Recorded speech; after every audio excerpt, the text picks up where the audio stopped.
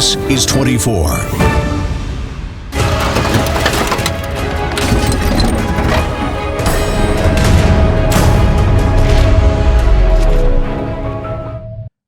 എല്ലാ പ്രേക്ഷകർക്കും എൻകൗണ്ടറിലേക്ക് സ്വാഗതം. ഞാൻ ശ്രീകണ്ഠൻ നായർ. ഇന്ന് കേരളത്തിൽ 20 പേർക്ക് കൂടി COVID-19 സ്ഥിരീകരിച്ചു. 181 ആളുകളാണ് ചികിത്സയിൽ ഉള്ളത്. ദേശീയ തലത്തിലും കണക്കുകൾ പെരുകയാണ്. ലോകത്ത് ഏതാണ്ട് 32,000 ആളുകൾ മരിച്ചു കഴിഞ്ഞു എന്നാണ് റിപ്പോർട്ടുകൾ സൂചിപ്പിക്കുന്നത്. ഇറ്റലിയിൽ തന്നെ 10,000 ആളുകളാണ് മരിച്ചു കഴിഞ്ഞത്. അപ്പോൾ കണക്കുകൾ അതിഭീകരമായി മുന്നോട്ട് പോകുന്നു. അതുകൊണ്ട് ഇന്നത്തെ എൻകൗണ്ടർ ചർച്ച ചെയ്യുന്നു, കണക്കേറുമ്പോൾ കരുതേണ്ടത് എങ്ങനെ.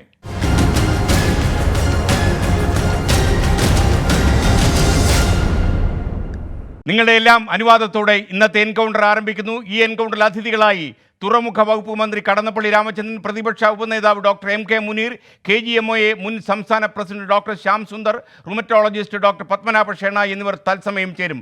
റവന്യൂ മന്ത്രി E ചന്ദ്രശേഖരൻ ടെലിഫോൺ ലൈനിലും ചർച്ചയിൽ പങ്കെടുക്കുന്നുണ്ട്. അതേപോലെ മറ്റൊരു അതിഥി കൂടെ യുണൈറ്റഡ് കിങ്ഡത്തിൽ നമ്മോടൊപ്പം ചേരും, ഡോക്ടർ ശിവകുമാർ. നമ്മൾ ആദ്യം ഡോക്ടർ MK മുനീറിലേക്ക് പോകുന്നു. അദ്ദേഹം പൊതുപ്രവർത്തകൻ എന്നതിന് പുറമെ ഡോക്ടർ കൂടി ആയതുകൊണ്ടാണ് അദ്ദേഹത്തിലേക്ക് പോകുന്നത്. ഡോക്ടർ MK മുനീർ, ഇന്നത്തെ നമ്പർ കുറച്ചുകൂടി നമ്മുടെ ആശങ്ക ഏറ്റുകയാണ്. ഈ സാഹചര്യത്തെ ഒരു ഭിഷഗ്വരൻ എന്നുള്ള നിലയിൽ താങ്കൾ എങ്ങനെയാണ് കാണുന്നത്?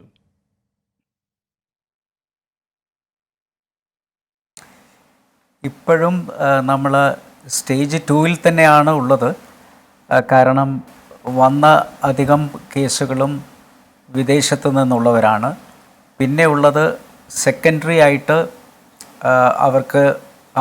അവരുമായിട്ടുള്ള ഇടപഴകലിലൂടെ ലഭിച്ചിട്ടുള്ളവരാണ്. അതുകൊണ്ട് സ്റ്റേജ് 3-ലേക്ക് നമ്മൾ കടന്നു എന്നിപ്പോഴും പറയാറായിട്ടില്ല. എങ്കിലും ഏത് സമയവും ഒരു കമ്മ്യൂണിറ്റി സ്പ്രെഡ് ഉണ്ടാകുമോ എന്നുള്ള ഒരു ജാഗ്രത നമ്മൾ പാലിക്കേണ്ടതുണ്ട്. അതിന് അങ്ങേയറ്റം നമുക്ക് ചെയ്യാൻ പറ്റുന്നത് ഇപ്പോഴുള്ള ലോക്ക്ഡൗൺ തന്നെയാണ്. കഴിയുന്നത്ര നമ്മൾ ഹോം ക്വാറൻറ്റൈനിൽ കഴിയുന്നവരെ ഹോം ക്വാറൻറ്റൈനിൽ തന്നെ നിർത്തുക. ആശുപത്രിയിലേക്ക് മാറ്റേണ്ട ആളുകളുണ്ടെങ്കിൽ നമ്മൾ എത്രയും പെട്ടെന്ന് മെഡിക്കൽ കോളേജുകൾ ഇതിൻ്റെ കേന്ദ്രങ്ങളായി നിൽക്കുന്നുണ്ട്. മെഡിക്കൽ കോളേജുകളിലും അതുപോലെ തന്നെ ഹോം ക്വാറൻറ്റൈൻ സാധ്യമല്ലാത്ത ആളുകളെ അതിൻ്റെ സെക്കൻഡറി എന്ന് പറയുന്ന ആശുപത്രികളിലേക്കും ടെർഷ്യറി കെയർ സെൻ്ററുകളിലേക്കുമൊക്കെ മാറ്റേണ്ടതുണ്ട്. ഏതായാലും നമുക്ക് ഒരു റാൻഡമായിട്ട് ഉള്ള ഒരു ടെസ്റ്റ് എത്രയും പെട്ടെന്ന് നടത്തിയാൽ മാത്രമേ സമൂഹ വ്യാപനം ഉണ്ടായിട്ടുണ്ടോ എന്നുള്ളത് ഉറപ്പുവരുത്താൻ സാധിക്കുകയുള്ളൂ.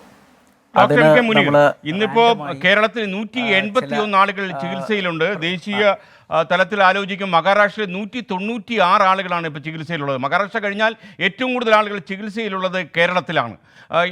നമ്മൾക്ക് വല്ലാത്തൊരു ആത്മവിശ്വാസം നമുക്കുണ്ടായിരുന്നു. നമ്മളൊരു 3-ാം ഘട്ടത്തിലേക്ക് കടന്നിട്ടില്ല എന്ന് അവകാശം ഉന്നയിക്കുമ്പോഴും ഈ ആശങ്ക നമ്മളെ വിടാതെ പിടികൂടുന്നുണ്ട്. ഡോക്ടർ എന്ന നിലയിൽ ഒരു 3-ാം ഘട്ടത്തിലേക്ക് അല്ലെങ്കിൽ അങ്ങനെ ഒരു ബ്രേക്ക് ഉണ്ടായിട്ടില്ല എന്ന് പറയുമ്പോഴും നമുക്കൊരു കമ്മ്യൂണിറ്റി ബ്രേക്കിൻ്റെ ഒരു ആശങ്ക ഇപ്പോഴും നിലനിൽക്കുന്നതിൽ താങ്കൾക്ക് എന്താണ് അതിനെക്കുറിച്ച് പ്രതികരിക്കാനുള്ളത്?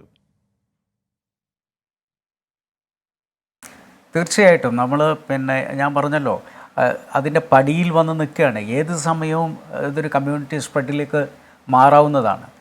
അത് കമ്മ്യൂണിറ്റി സ്പ്രെഡ് ഉണ്ടോ എന്ന് നമുക്കിപ്പോൾ മനസ്സിലാകാത്തതെന്നു വെച്ചാൽ നമ്മൾ സ്പെസിഫിക് ആയിട്ടുള്ള കേസുകൾ മാത്രമേ ടെസ്റ്റിന് അയക്കുന്നുള്ളൂ ഇപ്പോൾ. അതുകൊണ്ട് നമുക്ക് കമ്മ്യൂണിറ്റി വ്യാപനം ഉണ്ടായിട്ടുണ്ടോ എന്നുള്ളത് ഇപ്പോൾ കൃത്യമായി പറയാൻ സാധിക്കില്ല.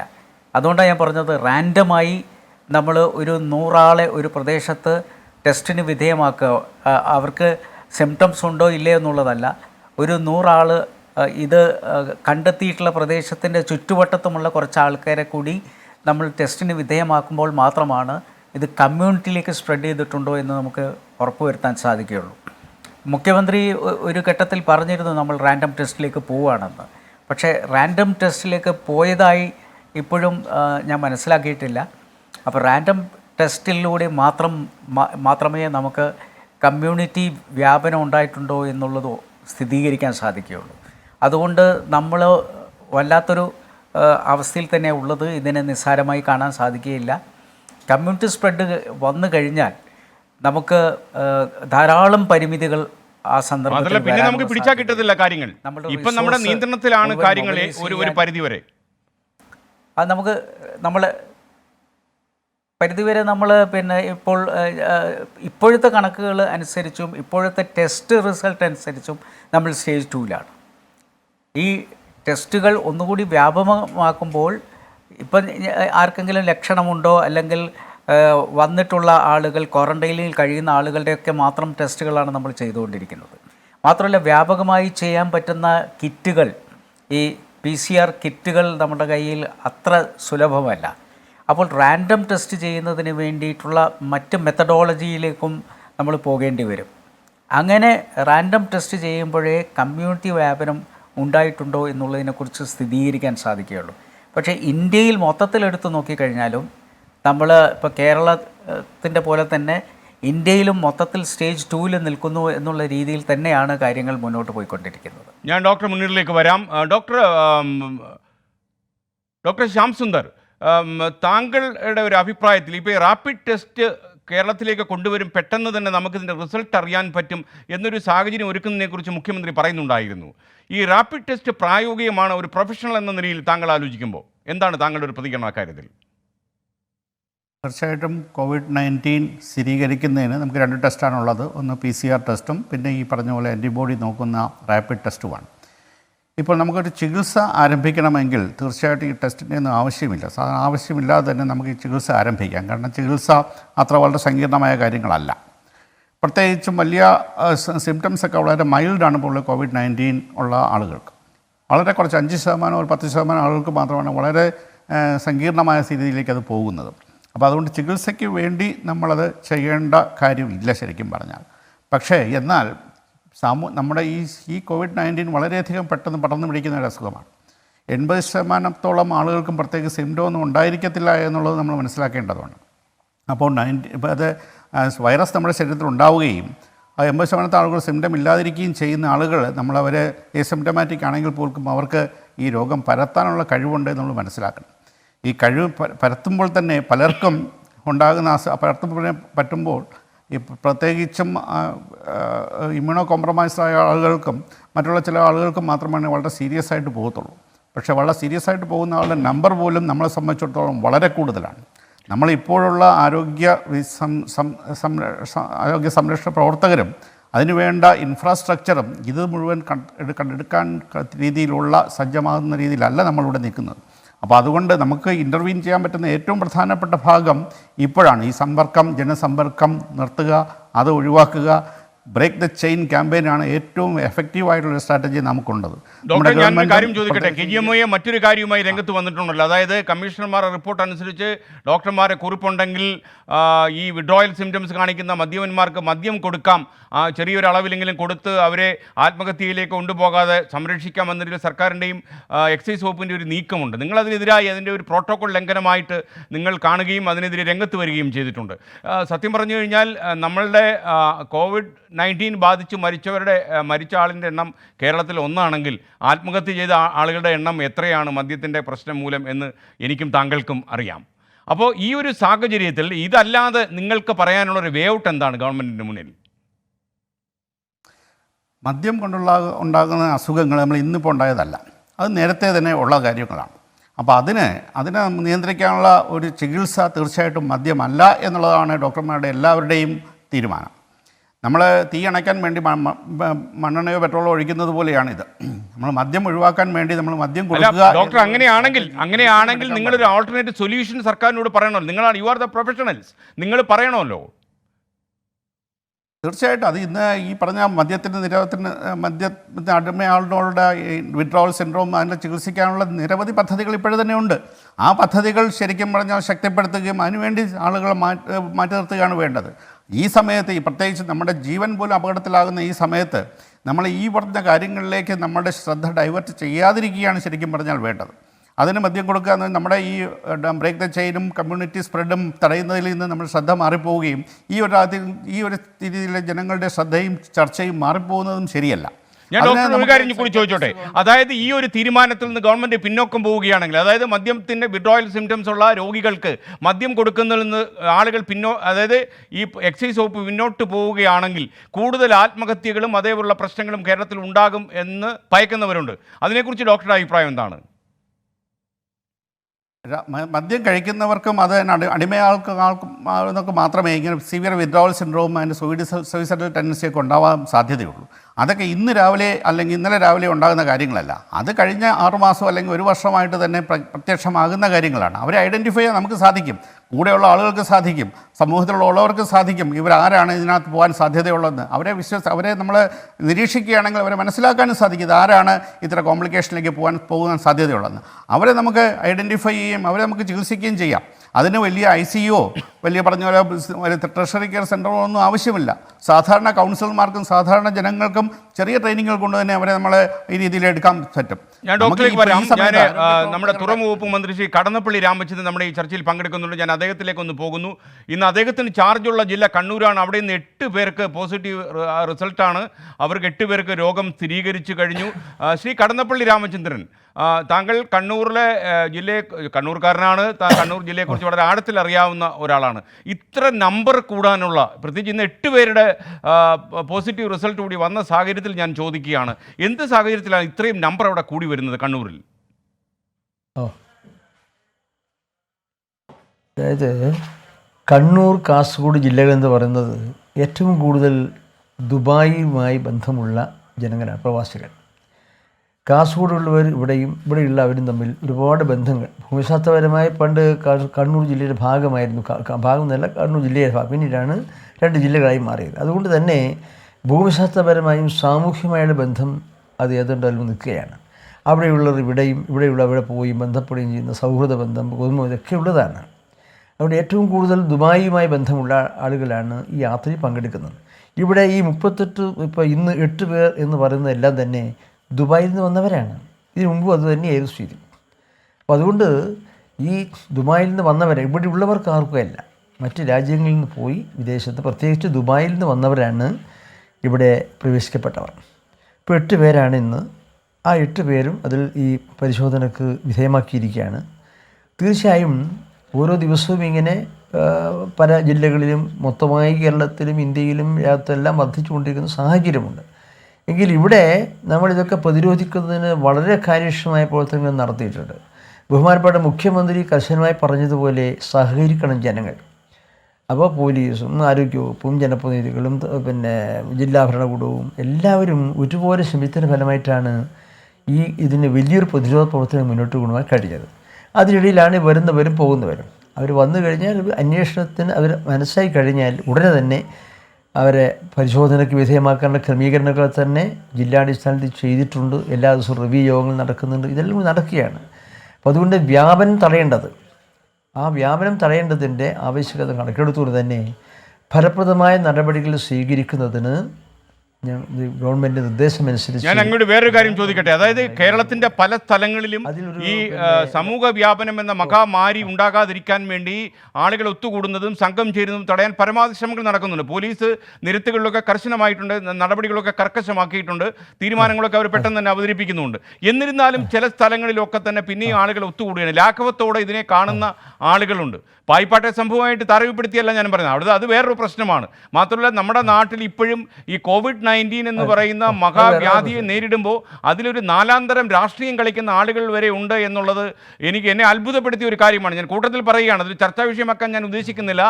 പായിപ്പാട്ട് ആളുകൾ ഇറങ്ങി പ്രതിഷേധിക്കുന്ന ദൃശ്യങ്ങൾ 24 പിൻവലിക്കുന്നു എന്നൊരു തീരുമാനമെടുത്തപ്പോൾ വന്ന ഫോൺ കോളുകൾക്കും തെറിക്കും കണക്കില്ലായിരുന്നു.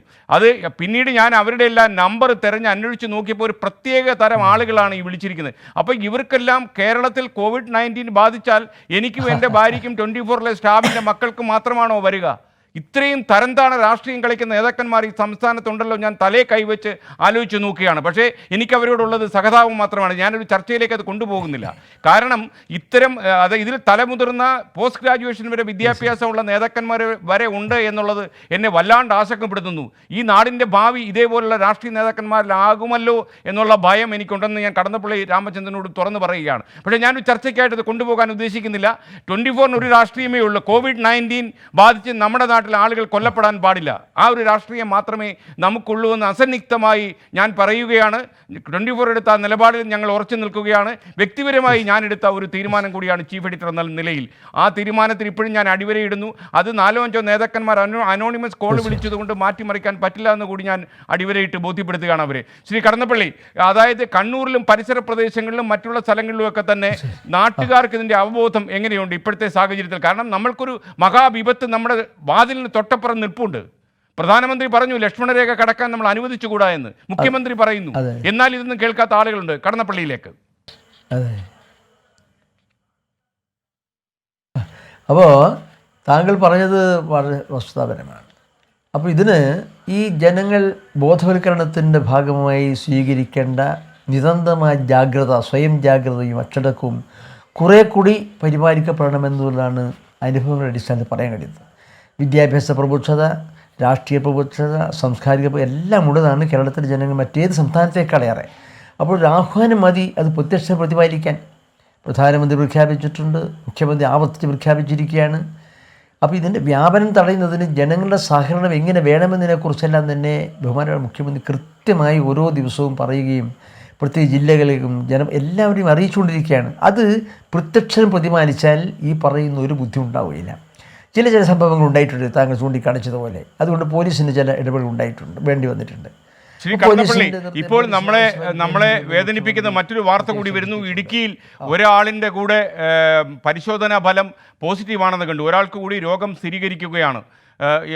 ഇടുക്കിയിൽ നമ്മളുടെ ഒരു പൊതുപ്രവർത്തകൻ ചർച്ച ചെയ്യപ്പെട്ടല്ലോ. ആ പൊതുപ്രവർത്തകൻ്റെ സുഹൃത്തിനാണ് ഇന്നിപ്പോൾ വൈറസ് ബാധ സ്ഥിരീകരിച്ചിരിക്കുന്നത് എന്ന് മാത്രവുമല്ല, എന്നാൽ ഈ പൊതുപ്രവർത്തകൻ്റെ ഇന്നത്തെ റിസൾട്ട് നെഗറ്റീവാണ് താനും.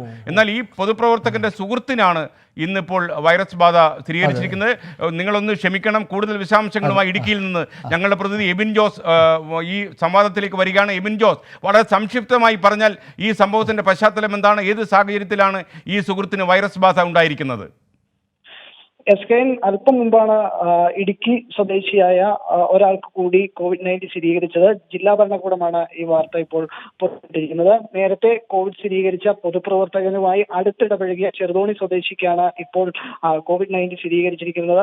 ഏതായാലും പൊതുപ്രവർത്തകന്റെ ഇന്നത്തെ പരിശോധനാ ഫലം നെഗറ്റീവ് ആയതിന്റെ ഒരു ആശ്വാസം നിലനിൽക്കുമ്പോഴാണ് അടുത്തൊരു ആശങ്ക ഉണ്ടാക്കുന്ന മറ്റൊരു ഫലം പുറത്തു വന്നത്. അദ്ദേഹവും അടുത്തിടപഴകിയ ഒരാൾക്ക് COVID-19 സ്ഥിരീകരിക്കുന്നു. ഇദ്ദേഹവും ചെറുതോണി സ്വദേശിയാണ്. ഈ പൊതുപ്രവർത്തകനും ചെറുതോണി സ്വദേശി തന്നെയായിരുന്നു. അതുകൊണ്ട് തന്നെ ഇദ്ദേഹവുമായി അടുത്തിടപഴകിയ ആളാണ്. അദ്ദേഹത്തിന് ഇപ്പോൾ പോസിറ്റീവ് റിസൾട്ട് വന്നതായിട്ടാണ് ഇപ്പോൾ ജില്ലാ ഭരണകൂടം വ്യക്തമാക്കുന്നത്. Okay Ebin Jose, thank you. ഈ തത്സമയത്തിൽ ചേർന്നതിന് വളരെ നന്ദി. ഞാൻ ചർച്ചയിലേക്ക് മടങ്ങുകയാണ്. ഇനി ഞാൻ ഡോക്ടർ ശിവകുമാറിലേക്ക് പോകുന്നു. UK-യിൽ സ്ഥിതി അല്പം മോശമായിട്ടാണ് കാണുന്നത്. അവിടുത്തെ അറിയപ്പെട്ട ഒരു ബയോകെമിസ്റ്റാണ്, medical ബയോകെമിസ്റ്റാണ് doctor Shivakumar. Doctor Shiva, എന്താണ് ഇപ്പോൾ UK-യിൽ, പ്രത്യേകിച്ച് യൂറോപ്പിലാണ് ഇപ്പോൾ ഏറ്റവും അപകടം പിടിച്ച വാർത്തകൾ വരുന്നത്? ഇറ്റലി, അതേപോലെ UK ഇങ്ങനെയുള്ള സ്ഥലങ്ങളിൽ നിന്നുള്ള റിപ്പോർട്ടുകൾ നമ്മുടെ ആളുകളെ പോലും ആശങ്കപ്പെടുന്നു. കാരണം അവിടുത്തെ ആരോഗ്യരംഗത്തും ഒക്കെ പ്രവർത്തിക്കുന്ന കൂടുതൽ മലയാളികളാണ്. കേരളത്തിൽ നിന്ന് പോയിട്ടുള്ള ഒരുപാട് ആളുകൾ ഈ രാജ്യങ്ങളിലൊക്കെ ഉണ്ട്. അപ്പോൾ ഫ്രാൻസിലായാലും ഇറ്റലിയിലായാലും UK-യിലായാലും US-ലായാലും ഒരുപാട് ആളുകൾ നമ്മുടെ ആളുകളാണ്. എന്താണ് നമ്മുടെ ആൾക്കാരുടെ അവസ്ഥ? ആദ്യം പറയൂ ഡോക്ടർ ശിവ, ഞാൻ നമ്മുടെ സംവാദത്തിലേക്ക് കടക്കും മുമ്പ്. ഹലോ SK, നമസ്കാരം. തീർച്ചയായും വളരെയധികം ഭീതി ഉണ്ടാക്കുന്ന ഒരു ന്യൂസാണ്. നമ്മുടെ യൂറോപ്പിൽ ശരിക്കും നമ്മൾ ഉദ്ദേശിക്കുന്ന രീതിയിലല്ല കാര്യങ്ങൾ പോകുന്നത്. രോഗം വളരെയധികം പെട്ടെന്ന് പടർന്നു പിടിച്ചുകൊണ്ടിരിക്കുകയാണ്. ഇപ്പോൾ ഒരു പീക്ക് സ്റ്റേജിലേക്ക് ആയിക്കൊണ്ടിരിക്കുന്ന ഒരവസ്ഥയാണ്. എങ്കിലും എനിക്ക് പറയാനുള്ളത്, ഇത് ഇവിടെ വളരെയധികം കൺട്രോൾ മെഷേഴ്സ് എടുക്കുന്നുണ്ട്. നമ്മൾ മലയാളികളെ കുറിച്ച് പറഞ്ഞാൽ ഏകദേശം 50,000-ത്തിലധികം മലയാളികൾ ഇവിടെയുണ്ട്. ഹെൽത്ത് സെക്ടറിൽ വർക്ക് ചെയ്യുന്നവര് ഭൂരിപക്ഷവും നഴ്സുമാരാണ്. പിന്നെ ധാരാളം ഡോക്ടേഴ്സും ഉണ്ട്. എന്റെ സുഹൃത്ത് മിസ്റ്റർ മുനീറിനെ ഞാൻ ഇടയ്ക്ക് ലണ്ടനിൽ വെച്ച് പരിചയപ്പെട്ടിരുന്നു. അദ്ദേഹം വന്നപ്പോൾ. അപ്പൊ അദ്ദേഹത്തിന് അതിനെ കുറിച്ച് കൂടുതൽ അറിയാം. മലയാളികൾ ധാരാളം ഈ ഒരു വിപത്തിനെ അതിജീവിക്കാനുള്ള ശ്രമത്തിലാണ്. ഇവിടെ വളരെയധികം സുരക്ഷാ ക്രമീകരണങ്ങൾ നഴ്സസിനും ഡോക്ടേഴ്സിനും ഒക്കെ നമ്മൾ ക്രമീകരിക്കുന്നുണ്ട്. NHS വളരെയധികം ആർജവമായി പ്രവർത്തിക്കുന്നുണ്ട്. നിങ്ങൾക്കറിയാം, പ്രധാനമന്ത്രിക്കും ഇവിടുത്തെ ആരോഗ്യ സെക്രട്ടറിക്കും ഒക്കെ കോവിഡ് ബാധ സ്ഥിരീകരിച്ചു. അതിന് കാരണമുണ്ട്. അവർ ഒരിക്കലും ഒരു മുറിക്കകത്തിരുന്നിട്ടായിരുന്നില്ല കാര്യങ്ങൾ ചെയ്തിരുന്നത്. അവർ തീർച്ചയായും ആശുപത്രികളിലൊക്കെ ഓടി നടന്ന് ധാരാളം മീറ്റിങ്ങുകളിലും ഈ കാര്യങ്ങൾ എങ്ങനെ നമുക്ക് പരിഹരിക്കാം എന്നുള്ളതിന് ധാരാളം ഹാർഡ് വർക്ക് ചെയ്തവരാണ്. അവർക്ക് അപ്രിസിയേഷൻ കൊടുത്തേ പറ്റും. പക്ഷെ പലപ്പോഴും പുറത്തു വരുന്ന ന്യൂസ് ശരിയല്ല. UK ഇപ്പോൾ ഏകദേശം ഒരു 8,000 വെന്റിലേറ്റേഴ്സ് ആണുള്ളത്. ഇപ്പോ ഏകദേശം ഒരു 30,000-ഓളം പുതിയ വെന്റിലേറ്റേഴ്സിന് ഓർഡർ കൊടുത്തിട്ടുണ്ട്. അതൊരു 2-3 ആഴ്ചക്കകത്ത് കിട്ടുമെന്നുള്ളതാണ് നമ്മൾ പ്രതീക്ഷിക്കുന്നത്. പക്ഷെ നമ്മുടെ ഏറ്റവും വലിയ പ്രശ്നം എന്ന് പറയുന്നത് ഏകദേശം 35 മില്യൺ ആൾക്കാരുള്ള ഒരു രാജ്യമാണ് ബ്രിട്ടൻ. അപ്പോൾ ഇതിലൊരു 80% വരെ ഇൻഫെക്ഷൻ പോകാം എന്നുള്ളതാണ് നമ്മുടെ ഒരു കണക്ക് കൂട്ടൽ. ഇതില് ഈ 80%-ല് ഒരുപക്ഷെ ഏകദേശം ഒരു 10 മുതൽ 15% വരെ ആൾക്കാർക്ക് മാത്രമേ ആശുപത്രിയിലേക്ക് പോകേണ്ട ആവശ്യം വരുള്ളൂ. ബാക്കിയുള്ളവർക്ക് അസിംറ്റമാറ്റിക് ആയിരിക്കാം. ഇമ്മ്യൂണിറ്റിയുടെ ഒരു ഇതുകൊണ്ട് നമുക്ക് ഇപ്പോഴും ഒരു നല്ലൊരു ഡേറ്റ ഇല്ല. ചൈനയിലെയോ ഇറ്റലിയിലേക്കുള്ള ഡേറ്റ വെച്ചിട്ടാണ് നമ്മളത് സ്റ്റാറ്റിസ്റ്റിക്കൽ അനാലിസിസ് ചെയ്യുന്നത് ശരിക്കും.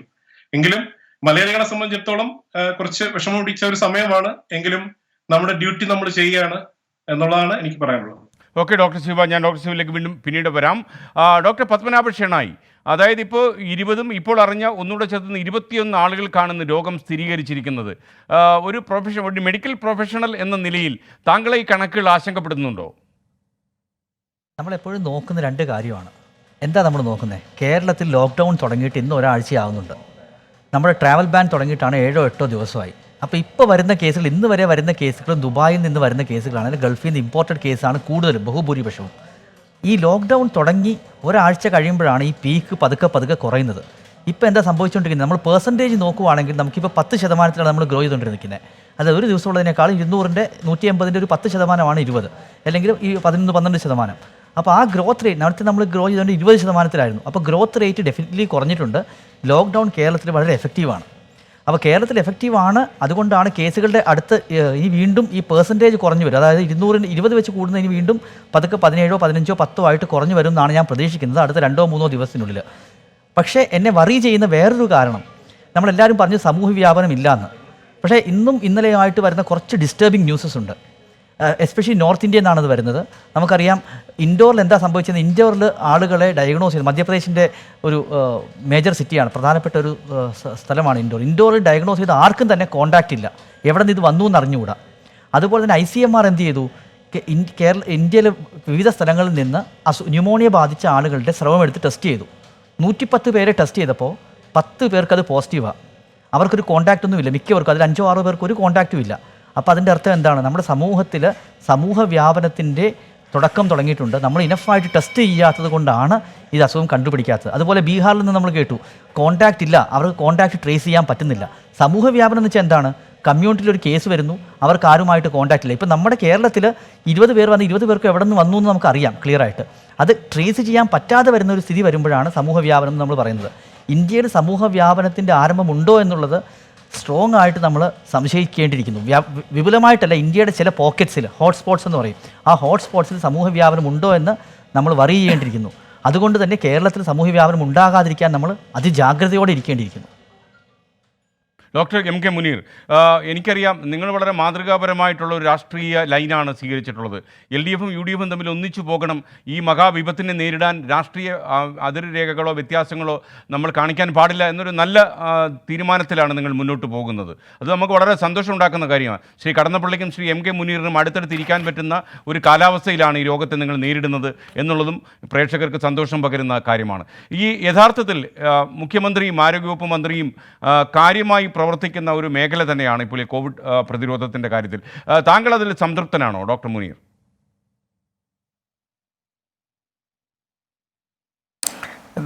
നമ്മളുടെ പരമാവധി റിസോഴ്സസ് ഉപയോഗിച്ചുകൊണ്ടുള്ള കാര്യങ്ങൾ ചെയ്യുന്നുണ്ട്. ഇതാണ് നമുക്ക് പ്രധാനമായി ചെയ്യാൻ പറ്റുന്നത്. നമ്മുടെ മെഡിക്കൽ കോളേജുകളെ അപ്പെക്സ് സെൻറ്റേഴ്സാക്കി മാറ്റി. അപ്പോൾ യഥാർത്ഥത്തിൽ ചികിത്സ വേണ്ടുന്ന കേസുകൾ മാത്രമാണ് മെഡിക്കൽ കോളേജിലേക്ക് പോവുക. അതിൻ്റെ അടുത്ത തട്ടിലുള്ളവർക്ക്, ഇപ്പം ചെറിയ സിംറ്റംസ് ഉള്ളവരെ, അതുപോലെ തന്നെ വ്യാപനമില്ലാതിരിക്കുന്നതിന് വേണ്ടി ക്വാറൻറ്റൈൻ ആവശ്യമുള്ളവരെ അടുത്ത തട്ടിലേക്ക് വെച്ചിരിക്കുന്നു. വിദേശത്ത് നിന്ന് വരുന്നവരെ നമ്മളൊരു ഒബ്സർവേഷനിൽ വെക്കേണ്ടത് അതിൻ്റെ അടുത്ത തട്ടിൽ നിലനിർത്തുന്നു. പിന്നെ വീട്ടിൽ പോകേണ്ട ആളുകളെ ഹോം ക്വാറൻറ്റൈനിലേക്ക് വിടുന്നു. ഈ ഒരു സിസ്റ്റത്തിലാണ് നമ്മളിപ്പം ഇതിനെ നേരിടുന്നതിന് വേണ്ടിയുള്ള പരിശ്രമങ്ങൾ നടത്തിക്കൊണ്ടിരിക്കുന്നത്. പരമാവധി നമുക്ക് ഈ ലോക്ക്ഡൗൺ സഹായകമായിട്ടുണ്ട്. ലോക്ക്ഡൗണിൽ എല്ലാവരും വീടുകളിലേക്ക് തിരിച്ചു പോയതോടുകൂടി നമുക്ക് വ്യാപകമായിട്ടുള്ളൊരു സ്പ്രെഡ് ഒഴിവാക്കുന്നതിന് വേണ്ടിയിട്ടുള്ള എല്ലാ സാഹചര്യവും നമ്മൾ ഒരുക്കിയിട്ടുണ്ട്. പക്ഷേ ഇപ്പോൾ ഇനി നമ്മൾ നോക്കേണ്ടത് ഇവിടെ ഡോക്ടർ സൂചിപ്പിച്ചതുപോലെ നമുക്ക് സമൂഹ വ്യാപനം ഉണ്ടായിട്ടുണ്ടോ എന്നുള്ളത് ഈ പറഞ്ഞ പോലെ ഷേണായി ഡോക്ടർ പറഞ്ഞ പോലെ തന്നെ അത് നമുക്ക് വ്യാപകമായിട്ടുള്ള ടെസ്റ്റിലൂടെ മാത്രമേ പരിശോധിച്ച് തീരുമാനത്തിലെത്താൻ പറ്റൂ. ഇപ്പോൾ നമ്മൾ അതൊന്ന് പരിശോധിക്കേണ്ടതുണ്ട്. എങ്കിൽ നമുക്ക് അടുത്ത സ്റ്റേജിലേക്ക് പോകുന്നതിൽ നിന്നും അതിനെ തടയുന്നതിന് വേണ്ടിയുള്ള എല്ലാ പ്രിക്കോഷൻസും എടുക്കാൻ പറ്റുന്ന ഒരു ഗ്യാപ്പ് നമുക്കിപ്പോൾ ഉണ്ട്. ഈ ഗ്യാപ്പ് നഷ്ടപ്പെട്ട് കഴിഞ്ഞാൽ പിന്നീട് തേർഡ് സ്റ്റേജിലേക്ക് പോയി കഴിഞ്ഞാൽ അത് ചിലപ്പോൾ നമ്മുടെ കയ്യിൽ നിന്ന് വിട്ടുപോകാനുള്ള സാധ്യതയുണ്ടാകും. കാരണം അതിനനുസരിച്ചിട്ടുള്ള റിസോഴ്സ് പെട്ടെന്ന് മൊബിലൈസ് ചെയ്യുക എന്ന് പറയുന്നത് അസാധ്യമായ കാര്യമാണ്. ഇപ്പം ഡോക്ടർ പിഷാരടി പറഞ്ഞതുപോലെ തന്നെ ഇന്ത്യയിൽ എവിടെയെങ്കിലും അങ്ങനെ സമൂഹ വ്യാപനം ഉണ്ടായി എന്നുള്ള ചെറിയ വാർത്തകൾ പോലും നമുക്ക് ഞെട്ടിക്കുന്നതാണ്. കാരണം അത് പെട്ടെന്നായിരിക്കാം മറ്റുള്ള പ്രദേശങ്ങളിലേക്ക് വ്യാപിക്കുക. അതുകൊണ്ട് കേരളം കുറച്ചുകൂടി കോഷ്യസ് ആവേണ്ട ഒരു സന്ദർഭമാണിത്. ഇവിടെ നേരത്തെ പറഞ്ഞ ഒരു കാര്യത്തിലേക്ക് എൻ്റെ ഒരു കാര്യം പറയാൻ ആഗ്രഹിക്കുന്നത്, ഇപ്പം മദ്യവുമായി ബന്ധപ്പെട്ടൊരു വിഷയം പറയുകയുണ്ടായി. സത്യത്തിൽ വിഡ്രോവൽ സിൻഡ്രം കണ്ടു തുടങ്ങിക്കഴിഞ്ഞാൽ രണ്ട് രീതിയിൽ അതിനെ സമീപിക്കാം. ഒന്ന്, ആൾക്ക് വീണ്ടും മദ്യം കൊടുക്കാം. രണ്ട്, വിഡ്രോവൽ സിൻഡ്രത്തിൽ നിന്നും അദ്ദേഹത്തെ തിരിച്ചു കൊണ്ടുപോയി ഒരു ആൻറ്റി അഡിക്ഷൻ സ്റ്റേജിലേക്ക് കൊണ്ടുപോകുന്നതിന് വേണ്ടിയുള്ള മരുന്നുകൾ കൊടുക്കാം. അപ്പോൾ എന്തിനാണ് കുറിപ്പ് കൊടുക്കേണ്ടത്? മദ്യം വീണ്ടും കൊടുക്കാനുള്ള കുറിപ്പാണോ കൊടുക്കേണ്ടത്? ആൻറ്റി അഡിക്ഷന് വേണ്ടി മരുന്നുകൾ കൊടുക്കുന്നതിന് ഡോക്ടറുടെ കുറിപ്പാണോ വേണ്ടത് എന്ന ചോദ്യമാണ് നമ്മളുടെ മുന്നിലുള്ളത്. ഇപ്പോൾ തന്നെ പലരും പറയുന്നുണ്ട് ഈ വ്യാപനത്തിൽ നമ്മൾ ശ്രദ്ധിക്കേണ്ട കാര്യം സ്മോക്കിങ്, മദ്യപാനം തുടങ്ങിയിട്ടുള്ള കാര്യങ്ങൾ കൂടി നമ്മൾ വളരെയധികം ശ്രദ്ധിക്കേണ്ട ഒരു സമയമാണ് കോവിഡ് കാലം. അതുകൊണ്ട് എല്ലാവരും വിചാരിക്കുന്നത് ഈ മദ്യം കഴിച്ചു കഴിഞ്ഞാൽ കോവിഡ് പോകുന്നതാണ്. ഒരിക്കലും മദ്യം വയറ്റിലേക്ക് ആണ് പോകുന്നത്, പക്ഷേ കോവിഡ് ലങ്സിലേക്കാണ് പോകുന്നത്. ഈ പലപ്പോഴും ലങ്സിലെത്തിയിട്ടുള്ള ഒരു കോവിഡിനെ മദ്യം കഴിച്ചുകൊണ്ട് അതിനെ ഇല്ലാതാക്കാൻ പറ്റുമെന്നൊക്കെ പറയുന്ന വളരെ ബാലിശമായിട്ടുള്ള ചില വാദഗതികളും ഇതിൻ്റെ കൂടെ നടക്കുന്നുണ്ട്. അപ്പോൾ ഇത്തരത്തിൽ തെറ്റിദ്ധാരണയുണ്ടാക്കുന്ന രീതിയിലുള്ള വാർത്തകൾ പ്രചരിപ്പിക്കുന്നതും നമ്മൾ ഈ സമയത്ത് ശ്രദ്ധിക്കണമെന്നുള്ളതാണ് എനിക്ക് അഭ്യർത്ഥിക്കാനുള്ളത്. ഓക്കെ, ഞാൻ ശ്രീ കടന്നപ്പള്ളിയിലേക്കൊന്ന് പോകുന്നു. സംസ്ഥാന തലത്തിൽ, അതായത് നമ്മൾക്ക് സമൂഹ വ്യാപനം എന്ന് പറയുന്നൊരു അവസ്ഥയിലേക്ക് കേരളത്തെ കൊണ്ടുപോകാൻ ആകില്ല. ഇന്ത്യക്കും അങ്ങനെ പോകാൻ കഴിയില്ല. കാരണം നിലവിട്ട് പോയാൽ, നമ്മുടെ നിയന്ത്രണം പോയാൽ നമുക്ക് നമ്മുടെ ആശുപത്രി സൗകര്യങ്ങളും നമ്മുടെ സംവിധാനങ്ങളും ഒന്നും തികയാതെ വരും ഇത്രയും പോപ്പുലേറ്റഡ് ആയിട്ടുള്ള ഒരു രാജ്യത്ത്. അതുകൊണ്ട് തന്നെ നമ്മുടെ കേരളത്തിൽ നമ്മളെടുത്തിട്ടുള്ള ശുഷ്കാന്തി, കരുതൽ എന്തൊക്കെയാണ് ഈ കാര്യത്തിൽ? കാരണം അങ്ങ് ഇതിൻ്റെ കമ്മിറ്റികളിലൊക്കെ പോകുന്ന ആളാണല്ലോ.